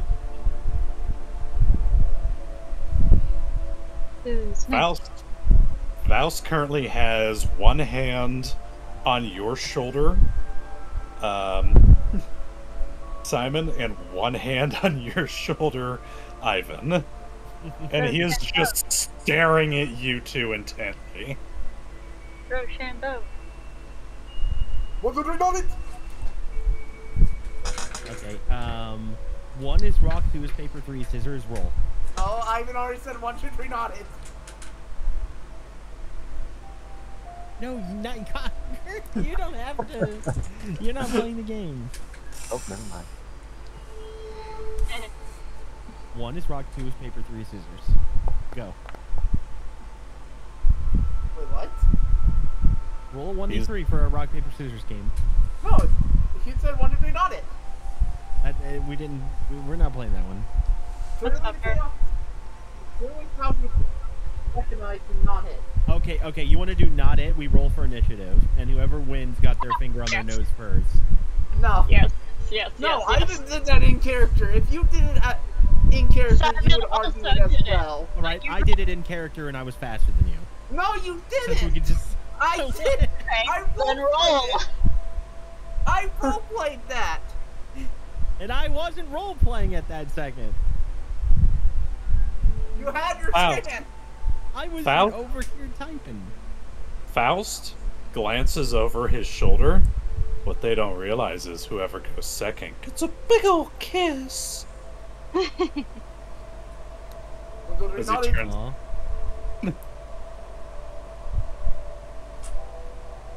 Play fair, roll a dice. That's what's fair! No, it wasn't. How was it not? It was role-playing! Because nobody could see any nose goes or anything happening. Roll a dice. You literally This is a said dice 1, game. 2, 3, not it! Roll a dice. This is a dice game. Come on, I can't... Roll a dice. Either initiative or a 1d3. Look, if Gypsy did it first, he would be arguing it as well. oh, He would be This is arguing a dice about... game. We play fair. Roll a dice. No, I called 1, 2, 3, not it. He's such a child. He doesn't want to have fun at all. Alright, whatever. we'll go with Gypsy. I'm having Yeah, fun. no, I hit roleplayed. me. It's turn, I guess. You see him place another hand. He takes one hand, places it on the side of your neck, takes his One other moment. hand. Oh, hold on. I finish my tea, set it down. Thanks for the shot of whiskey. Go ahead. It's called a chiropractic adjustment. As he snaps your neck to the side and just drops you. Yeah, I learned how to do that this week. Simon fucking like crumples like like a wrecking ball making contact with a wall of tinfoil. Yeah. Destroyed. Wasted. And he just Yamcha sprawls on. Like it's not even that hard of a hit, but he just goes down.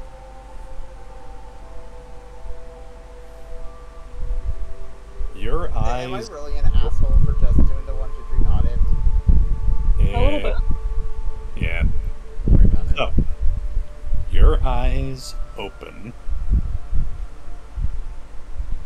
You see yourself staring at a ceiling. You feel, though, comfortable lying in your bed.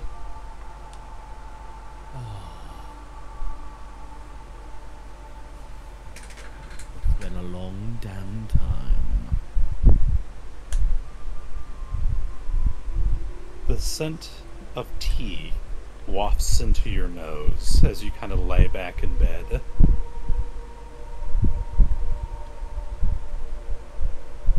And as you go to push yourself up,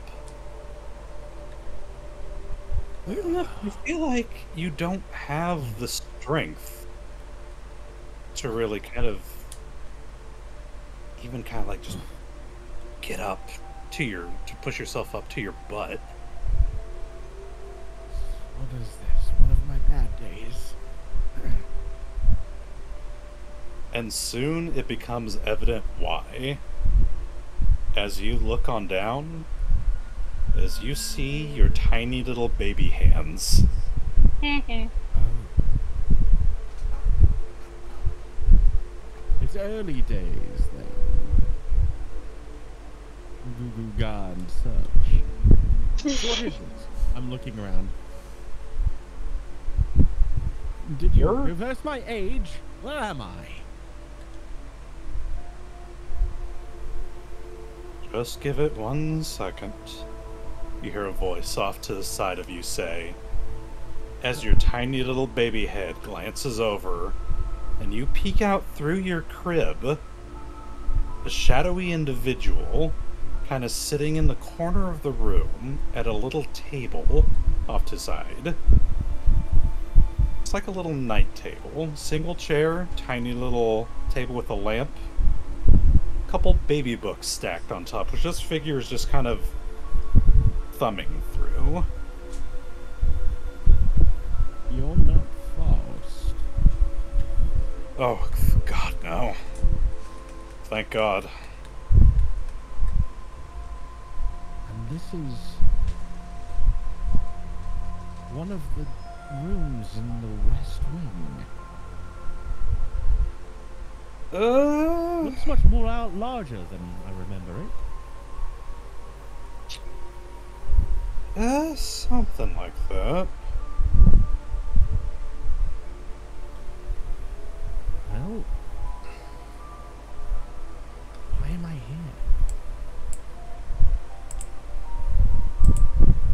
here? Call it truth.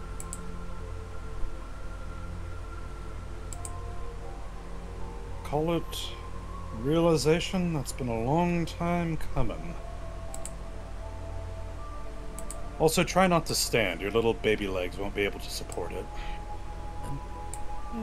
Yes, I'm trying still. As you try to roll on over in your crib to get yourself up, your tiny baby muscles. This just won't do. A gentleman must stand to introduce himself. I crawl over to the bars to try to, like, use those to pull myself up with my baby arms. Your hand falls upon something next to you. Something equally soft. Something equally tiny. There is another baby in the crib with you. Yes. Double baby. Excuse me? What the fuck? Language! You hear the figure say next to you. As you begin to realize this isn't the room in the West Wing.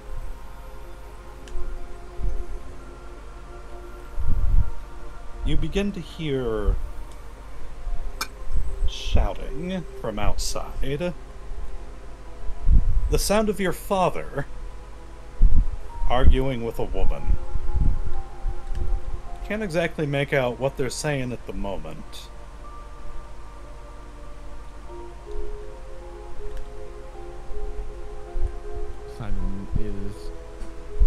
Simon's head is putting things together. Father, you didn't. Another? Me as well? Didn't what? Well, Father's never been a loyal man. My first instincts are starting to tell me something. Oh, yeah, that's right. I wouldn't know. Or, I mean, I know. I just don't get it. You do know now. Yeah. Sorry, it's a long time between then and now, and what? No, this is the current. Good lord. Too many It's been a times. long time for me. I know, right? Look at you, you're still shitting your own pants. Language, sorry. Hey, Sorry. watch your language around me. I'm impressionable, you know. You're rubbing off on me, sorry.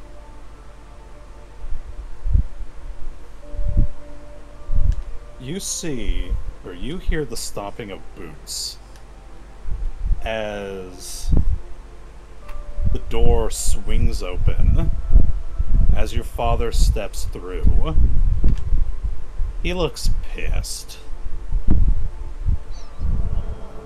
as he wanders over to the crib and just kind of exhaustedly stares down at you and the baby next to you.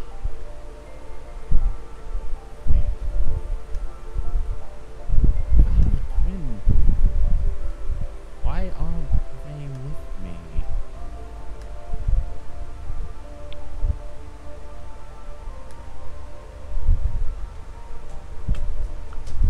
You see him kind of glance back, your father glance back over his shoulder towards the door. I can give them a better life than this. You don't have to worry about a thing.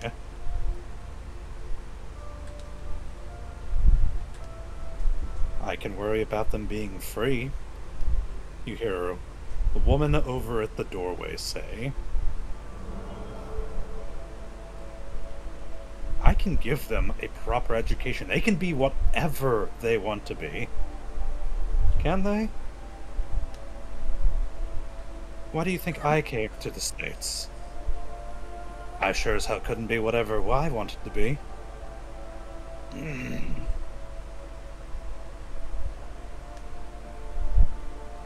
You know, this would really help if you weren't so rebellious, Maggie.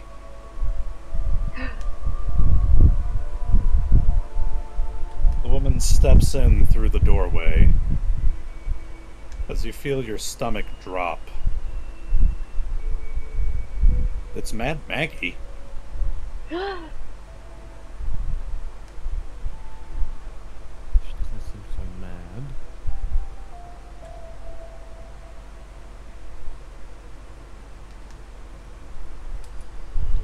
Simon is just kind of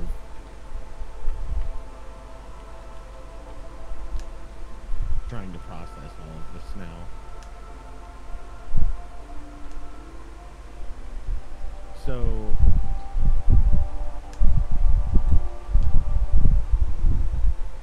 the man who raised me, that's the person in front of me, my father, right? Well, he didn't actually do much raising. The butler did the raising, but you know what I mean. Yep. And then Maggie. My ghost buddy. Huh.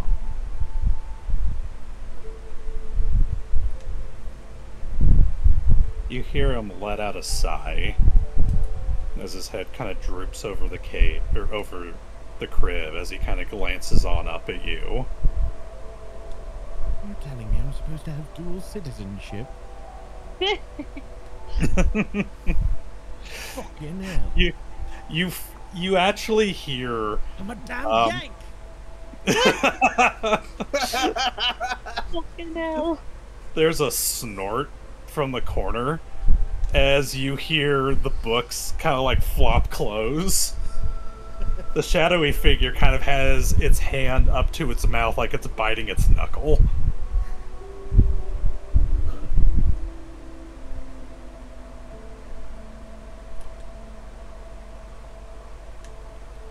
You hear your father let out another sigh. Trevor is gone, and you're going to jail. How do you think this is going to go? At least let me take one of them back home. Your in-laws can have the other.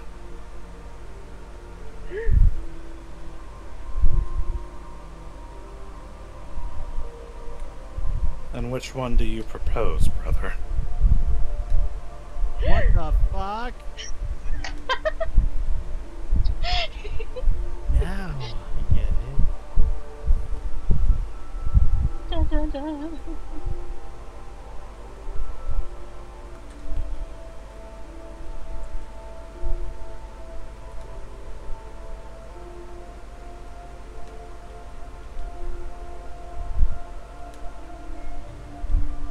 I mean, why even leave us in suspense? We need I some look back. help. I look back at the other one laying down. I know what's about to happen.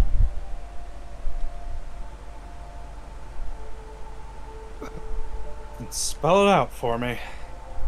What's the color of the onesie? Well, I didn't grow up in America with some in-laws. Uh-huh. I grew up proper Vinicovian. That means she does give up me, not my sibling. Check the onesie color. Can I make a perception check to attempt to identify the gender assigned at birth of my sibling? Go ahead.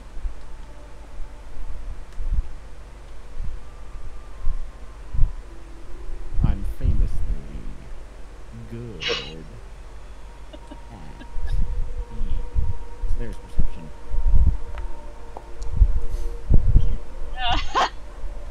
16. Okay. I invested in this because of those dice. You had a sister. As you think back to that locket you found, All right. Huh.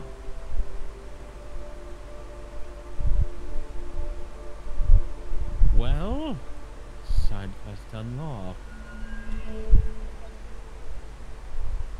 I crawl over to her, regardless of what's happening in the vision. I think I'm going to come find you. Hope you're not dead yet. We have catching up to do.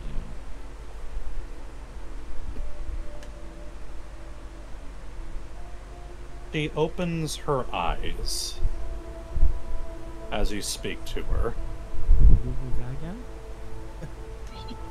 And you almost flinch as you look into them.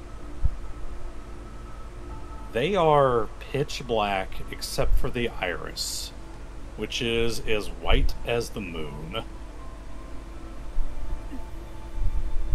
Whoa. As you hear an adult voice come out of this child. Let me grab it real quick. Dear God.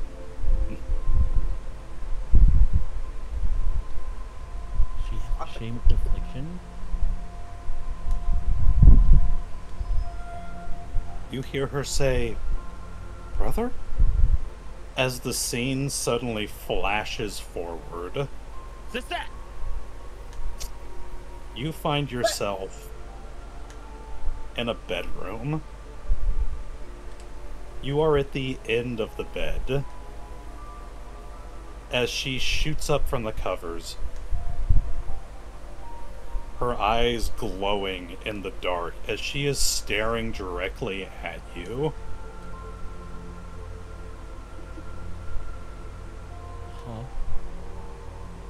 Huh? Aww.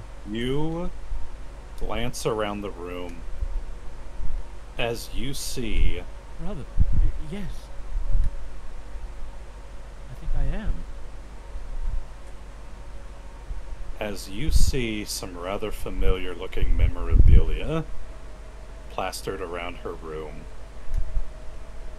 Little paintings of binding sigils here and there. And over on her writing desk, a pseudo pin made from the shard of the universal vorpal.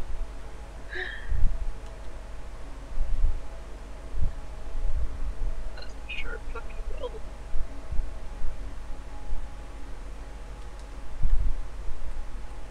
You see her eyebrows furrow, almost as if she doesn't quite see you. But as she reaches out for you, the scene just before your fingers meet, time begins to rewind.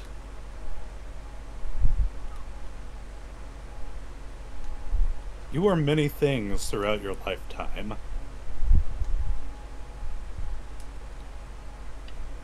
Let's see here. An entertainer? A chef? At one point you actually brewed tea leaves. The most fun you ever had was as an actual raccoon, thieving its way through nature. Oh no. Yeah. Oh no. At sorry. one point you were a court jester, dressed as a fairy, and entertaining the king. I am the jester, why don't you entertain? I would like to make a special note. Do any of these look particularly sickly? In a gaunt way that is similar to the way Simon is. Weirdly enough, yes. Even the jester under its makeup? I'd say so. He's got a very thin frame. It looks almost unnaturally thin. It's on the edge of what would be... He almost looks like... He almost looks emaciated. He almost looks like a tall version of what Steve Rogers looked like at the beginning of Captain America. He's pretty thin. So yeah, just... It would be noticeable.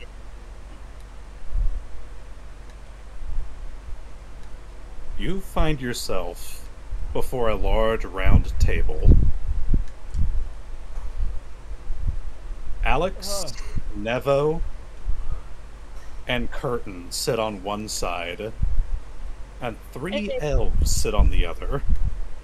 Simon, you made it. What's up? Did you all see that? Did we see each other's stuff? You do not. Oh, You just see him kind of... My sister, she's in danger. Also, she exists. I have another sister. Okay, well, we're not waking up until Ivan gets here, so... I was actually gonna ask, are we gonna continue today? We're gonna do yours, and then we'll call it. Did you figure out your guy's name? Is it the guy? Please tell me it's not the guy. Everybody here so far is the fucking guy. Oh, I haven't interacted. Oh, did you meet your river runner? Mine just sat in a corner and laughed at me. He's this guy, and he like slaps the really fancy fucking dude on the shoulder. Oh, hello. Look at Nevo's! Look how fucking edgy he is.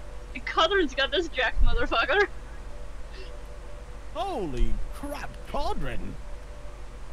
I know, right? Who's yours? Is he still like a spooky silhouette? I look over, I try to find my ghost. Mine just looks like an amorphous, shadowy, shape. But you didn't ask him the name? That's like the first thing I did. I was distracted by being a baby!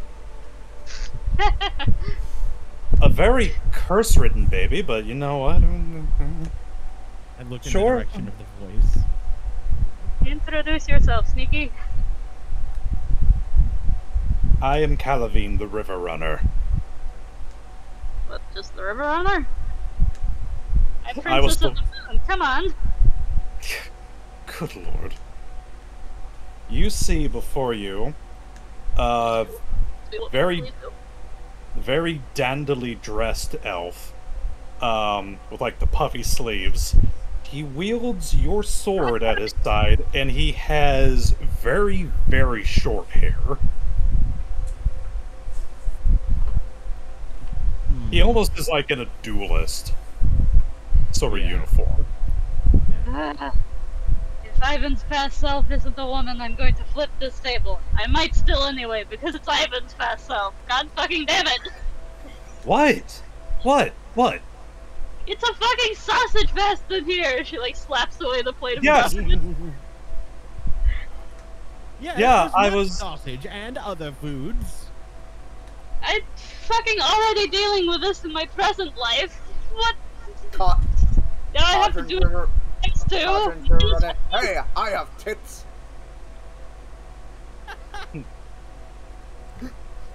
Everyone, as you are shouting this out, everyone actually kind of looks at Neonor for a second. Almost sort of this judgmental look, except for Calavine.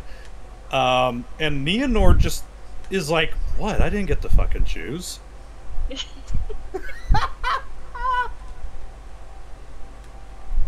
funny. And Calavine actually kind of like adjusts his uniform and was like, I mean, I would have if I had the choice.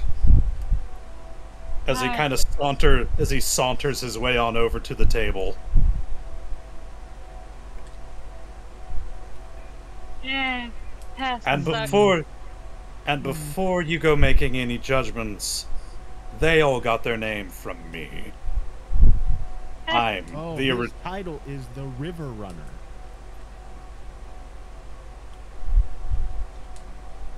Oh.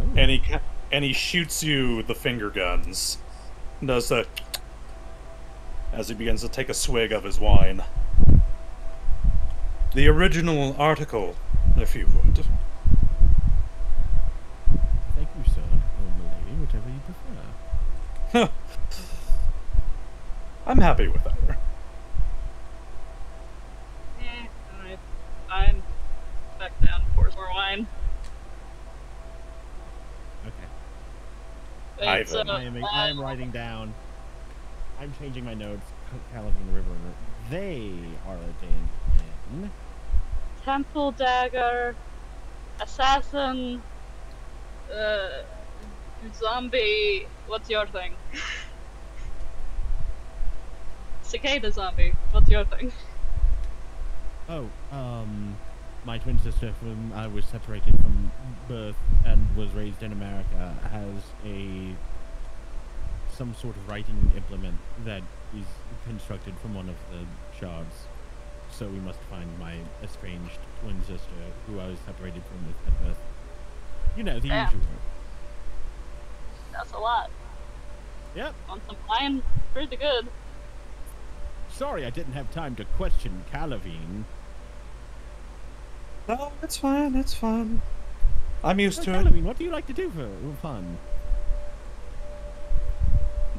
You see this almost knowing smirk cross his... You go suggesting that. That's very naughty behavior. Oh, as he takes a big swig of his wine. Oh. Shame we couldn't have all six here. I'm sure they'll show up eventually. Oh, I'm sorry. I lost the nose goes, so Ivan is last. Cut back to the waking world. Ivan, Faust currently has his arm around your shoulder, buddy-buddy style. Have to get stooped. No, And no. that's... No, and no, that's... allow me. Hold on. Allow me blast himself with the magic blast in the head. No, wait, Let him roll the damn. I was just about to say, that's how I found out I was circumcised. Ah, damn it. Ah. Now he'll never hear the end of it. Give him a little As I scoop. wake up in the dream world, thank God. I think he should have to take the destructive blast damage. I am fine doing that. That is my choice. Okay, I know.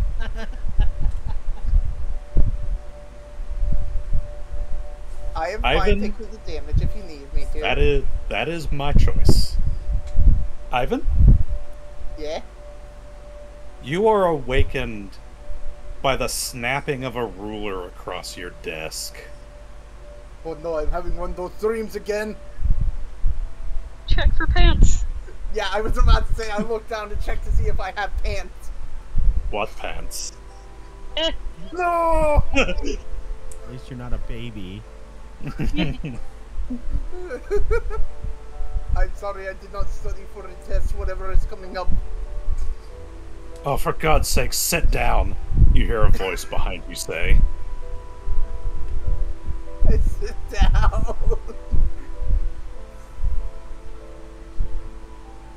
Oh, God. I wonder if Lagan had this problem. I Now? don't know- What? You hear another voice from off behind you. Now. No need to be grumpy so quickly. As you glance on behind you, and you see two figures sitting at desks behind you, notebooks open, each one of them a shadowy silhouette.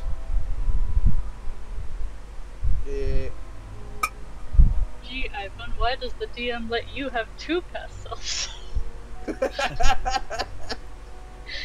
Because one of us got kicked out. Wait, what? Keep going.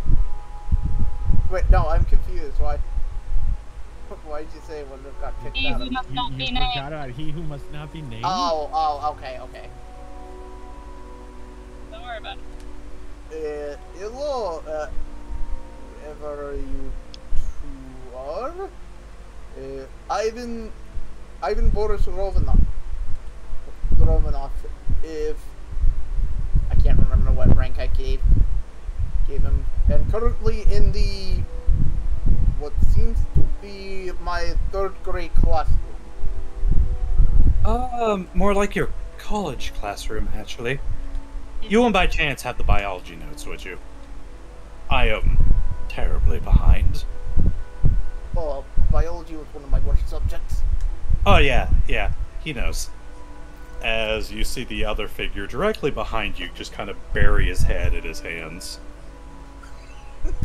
You don't need the notes. It's a fucking dream. Come on, play along. How long ago were we in school? The past life. Oh, I mean, yeah. Yeah. And the life before that, and the life before that. Hello, Ivan. You can call me Senpai. And this is also Senpai. The figure God. behind you lets out another sigh. God. I can tell who that one was probably made for. Eh. Oh. Nice little windwoods. Okay. I went for something to suit the school. I've been trying to match this up.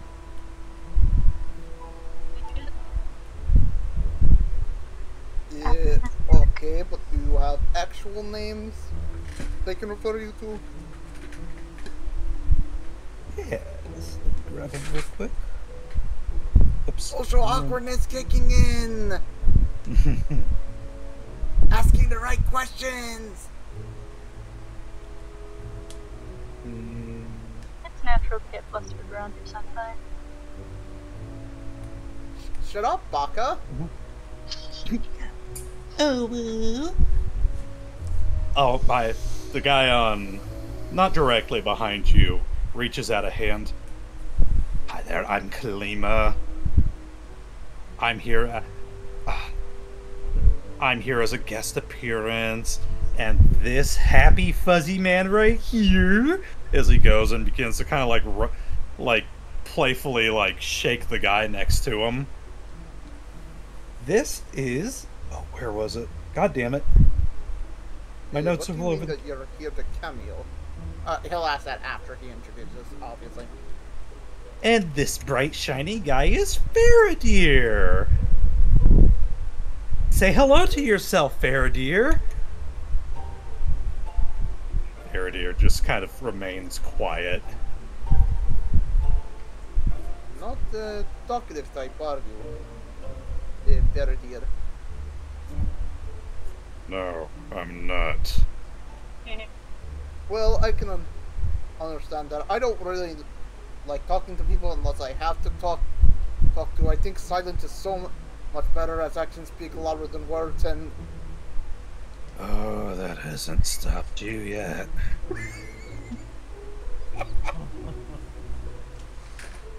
Oh, stop being such a grumpy Gus. Honestly, I think it's a huge improvement. Hey, watch this. Ivan? Oh, yeah? Yes? If you show me your model airplane collection, will you let me show you my rock collection? Sure. Oh, hell yes! Faradir. If Faradir could, like... Emote. put his hands through his skull, he would. As he lets out a sigh and just lowers his head onto the desk. Faust, I want out! I want out! Could you also write down those names really quick? Yes. Faradir and... Bling. I'll just write that in my notes. Past life Faradir. Wraith Stalker Faradir. And Faradir is the one that is my past life, correct? yes. The other one is Kalima. Introduces himself as Kalima the Dawn Hunter. I'm trying to find our notes section. Gypsy, where is the notes? I'm writing down I'm writing these down. Okay. An hour passes for you, Ivan. Ivan would ask, like, by the way, you mentioned your cameo hearing. What exactly do you mean? Well, can't have a meeting of the original River Runners without the six. Kind of. Ivan blinks. Oh, right, there are 6. We're 6.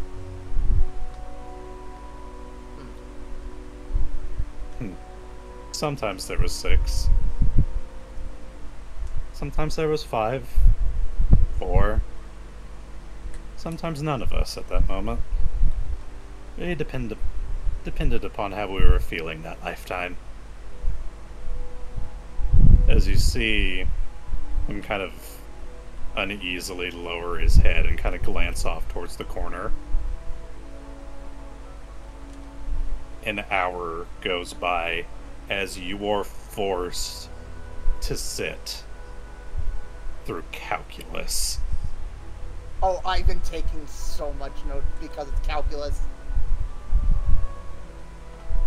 So is Kalima. Faradir has just been scribbling in his notebook of a picture of him killing himself. Polar opposite past life.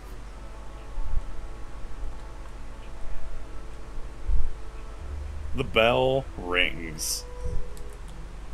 Or sorry, the alarm spell rings.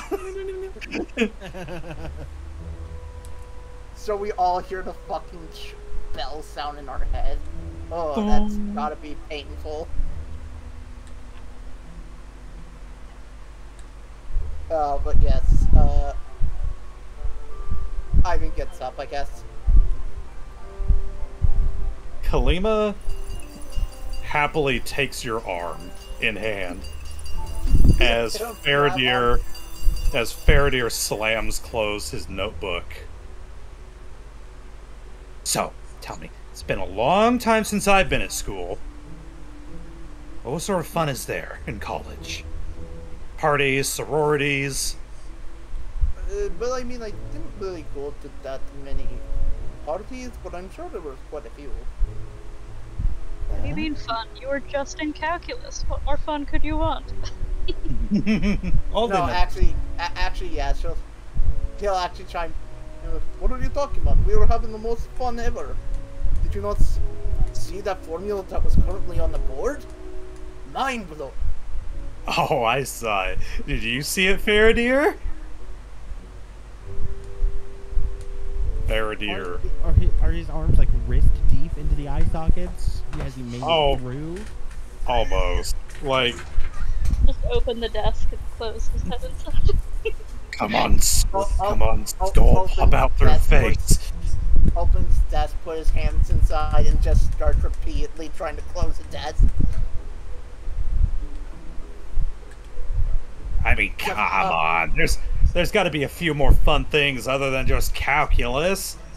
What are some fun little extracurricular activities do you got? As he leads you out a side door.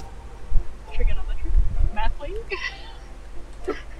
As you find yourself on an overlook. It is night. And your stomach begins to sink as you remember these times. The times when you, big air quotes, had to pay off the college debt. You find yourself on an overhanging balcony.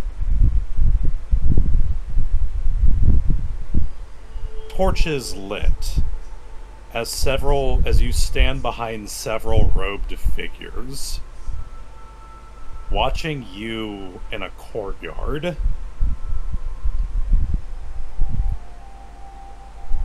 Faradir comes up behind you, and you almost hear this snicker in his voice. Oh yes, lots of fun extracurricular activities. Kalima, you can almost feel his eyes kind of dancing back and forth. He's like, oh fuck, where are we? And then he looks down. And Ivan, you see yourself.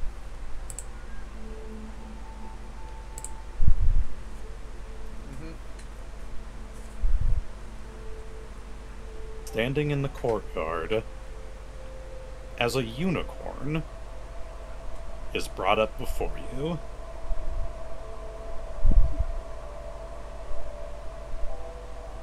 Ivan is just very intently watching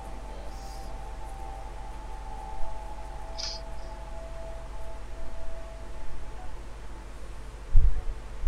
A voice from one of the robed figures calls down to you at the courtyard. You know what you need to do, my boy. As past you kind of gives a knowing, solemn nod. As another figure comes on up to you, a pillow in hand with a ritualistic dagger. You see yourself take the dagger and kind of glance up at the man who you called a friend, a family friend, for the longest time. 2 more of these and we'll get you fully paid off, my boy!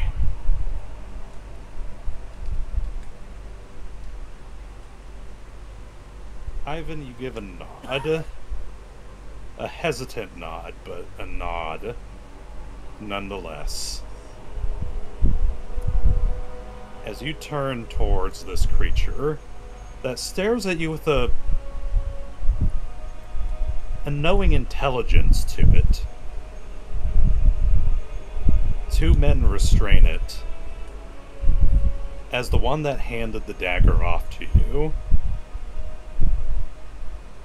helps you guide it across its throat.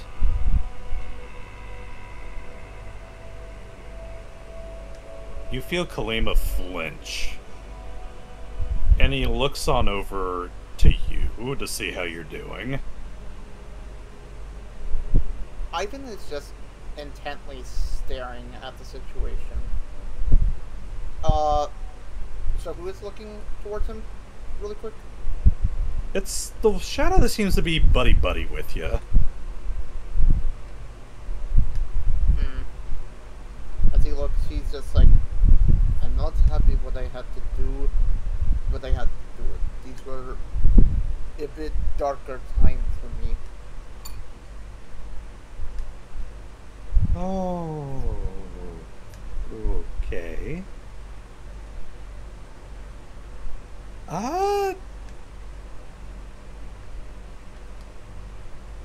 Maybe someplace a little happier then.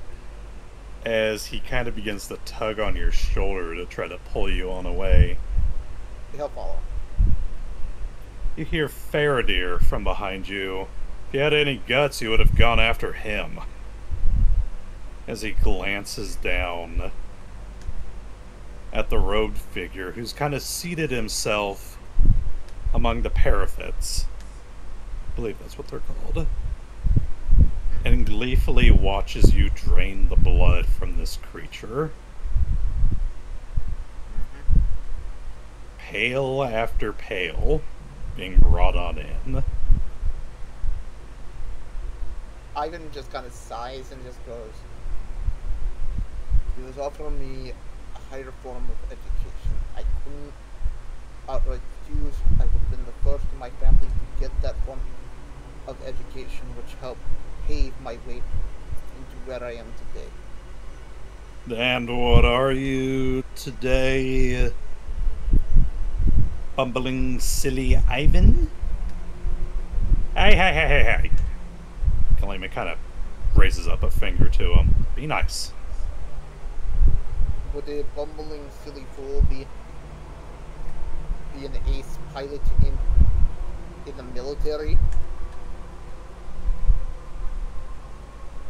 Were you?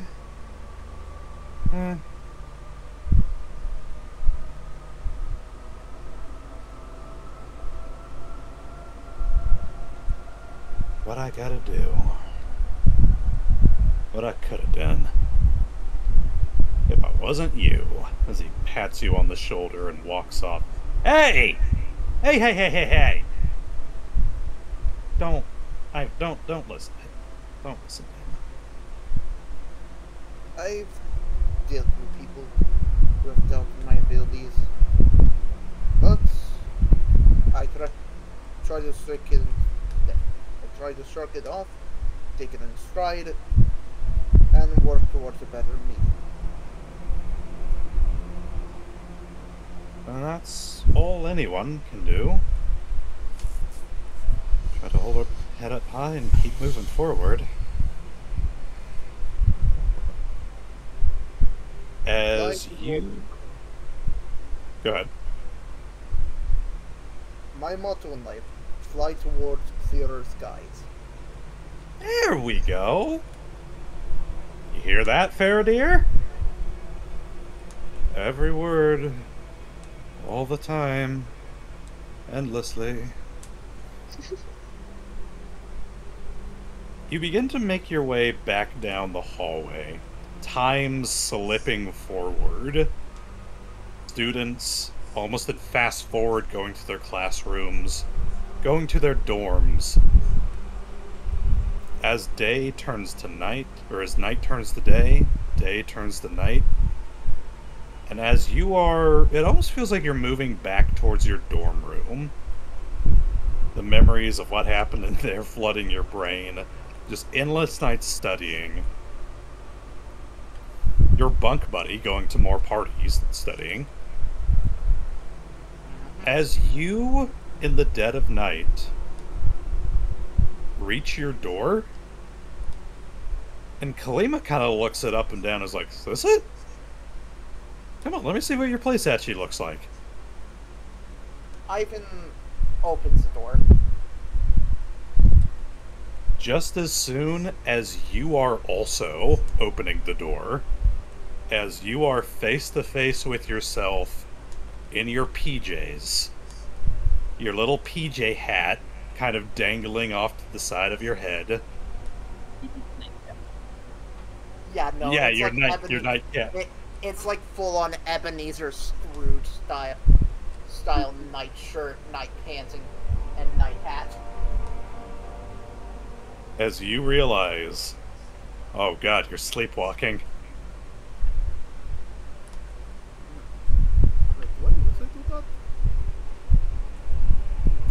I mean, stress can do crazy things.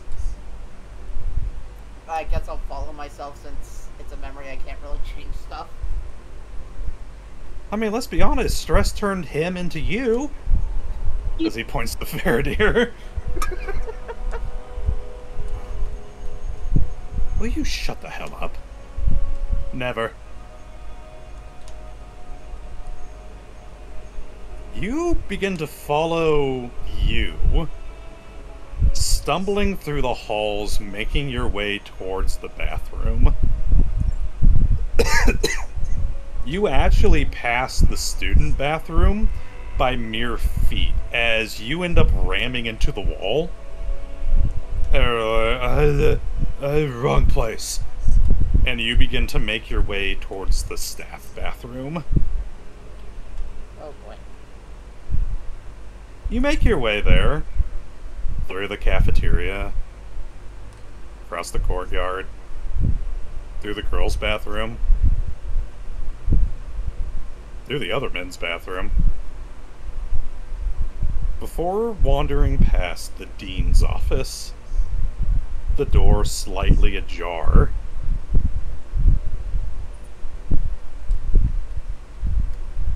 You, not you, but you, Pass me.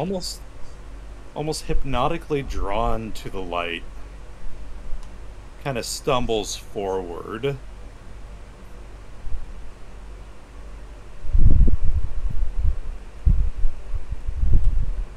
Kind of glancing inside. You hear the voice of your family friend from within.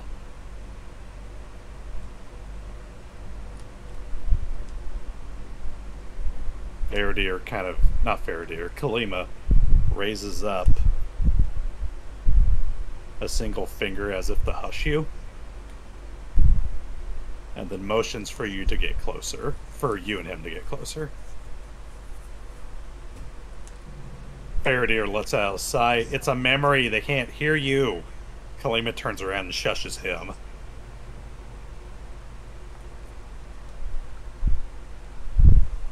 Do you take a peek inside?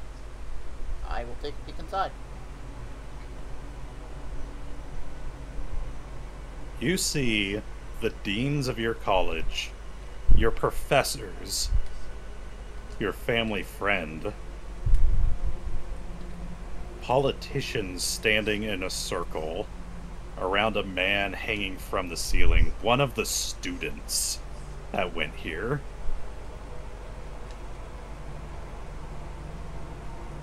You see your family friend, his red cloak adorned in gold and violet. He approaches with a dagger in his hand, one that's glistening as black as the shards that you've been collecting. He says a few words in Infernal before driving the knife through his stomach. Oh shit.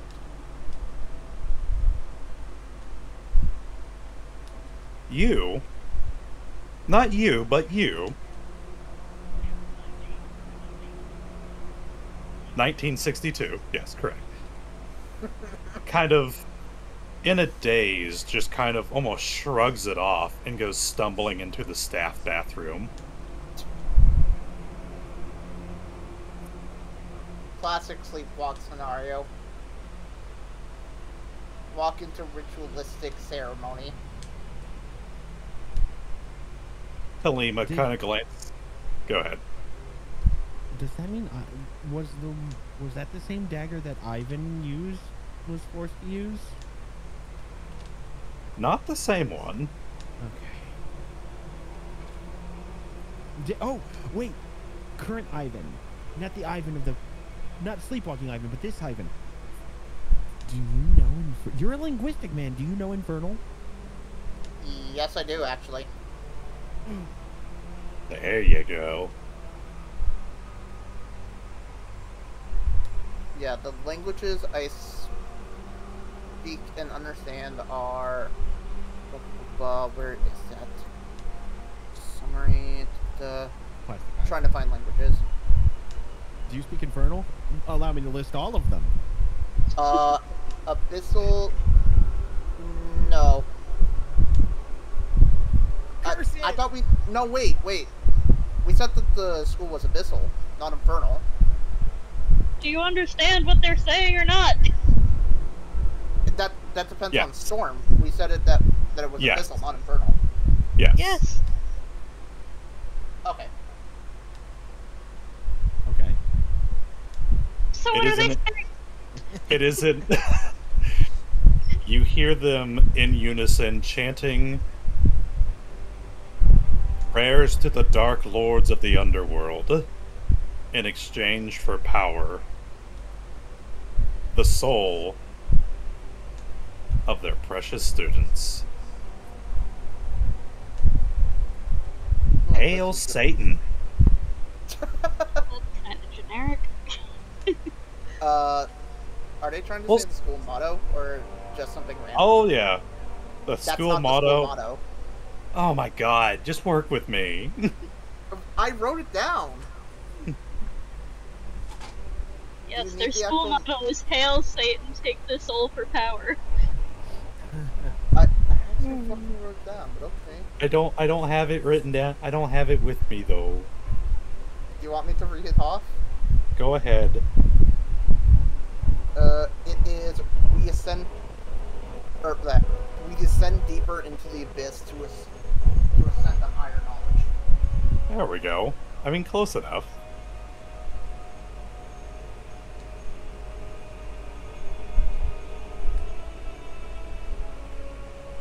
Wow, that's fucked up. Kalima. What, the motto itself?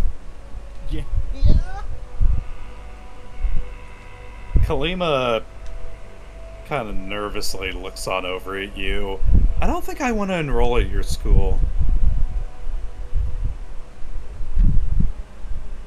But the calculus classes are the best in the country. Yeah, no, Ivan will actually chime in. They're the prey Fair Satan enough, but for. calculus is actually considered one of the top 5 curriculums in the country. But they're killing their Okay, yeah. What the fuck, Ivan? Time begins to flow backwards. You see scenes from the war. You see your time, or no, wait, that'd be fast forward. You see your time growing up. Destitute? That right?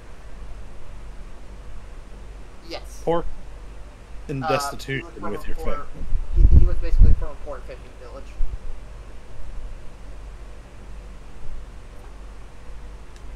Time and time again,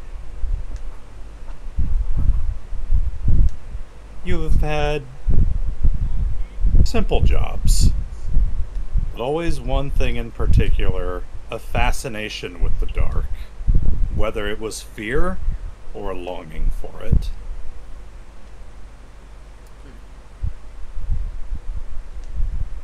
They always say there's something that goes bump in the night. I was the one that slit its fucking throat. Yeah, that's the edgy one. Oh shit, I just realized that it wasn't, okay. Whoops.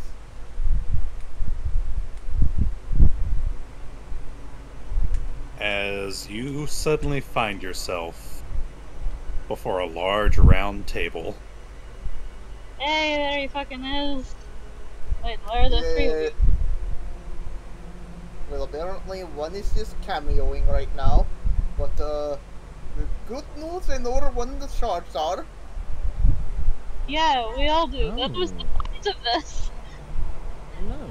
Welcome to the feast. It was apparently closer to me than I thought. Yeah, this has happened to a few of us.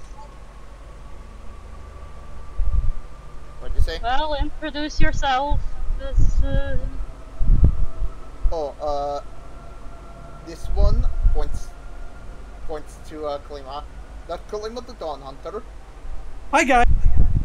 And, this more mopey one is, Wraith, Stalker Frontier. Oh, good lord. Before you is Wraithstalker Faradir, clad in black armor, looks like light leather, with 2 daggers on each side, and his sword wrapped on his back. okay, so the cool, edgy motherfucker is cameoing. No, the No, Kalima's the cameo. No. This one He is said actually me. That one is Oh. Daniel. Wait, what?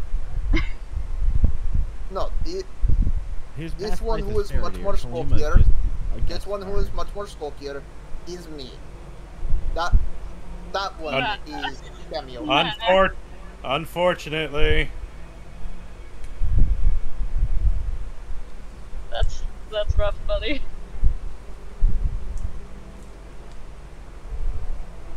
Also, I don't know why, but for Faradir, I'm just imagining like a much more moodier looking Senshi from Dunmeshi. Yeah. Not bad. Well, And- sit down, join the party. Now that we're all here, sans We're gonna one. get speech. The Kalima, by the way, is wearing armor that appears to be stained glass. Like, it's multi-fucking colored, and it looks like if you were to stand out in the sun, it would fucking, like, light up like a disco ball. Oh, you look fucking fabulous. Thank you! I mean, I tried. You succeeded. You didn't Are we think having... you didn't think the are we- blue hair was much? Are you kidding? It looks amazing. How did you even do that back then? I knew a really good tailor. Yeah, nice. Hey, is there gonna be a speech? Are we doing speeches now? Well, I guess now would be a great time to talk. Yeah, I know we fucking do this time. I know there's probably a lot of questions that we will get to next time on Avalon.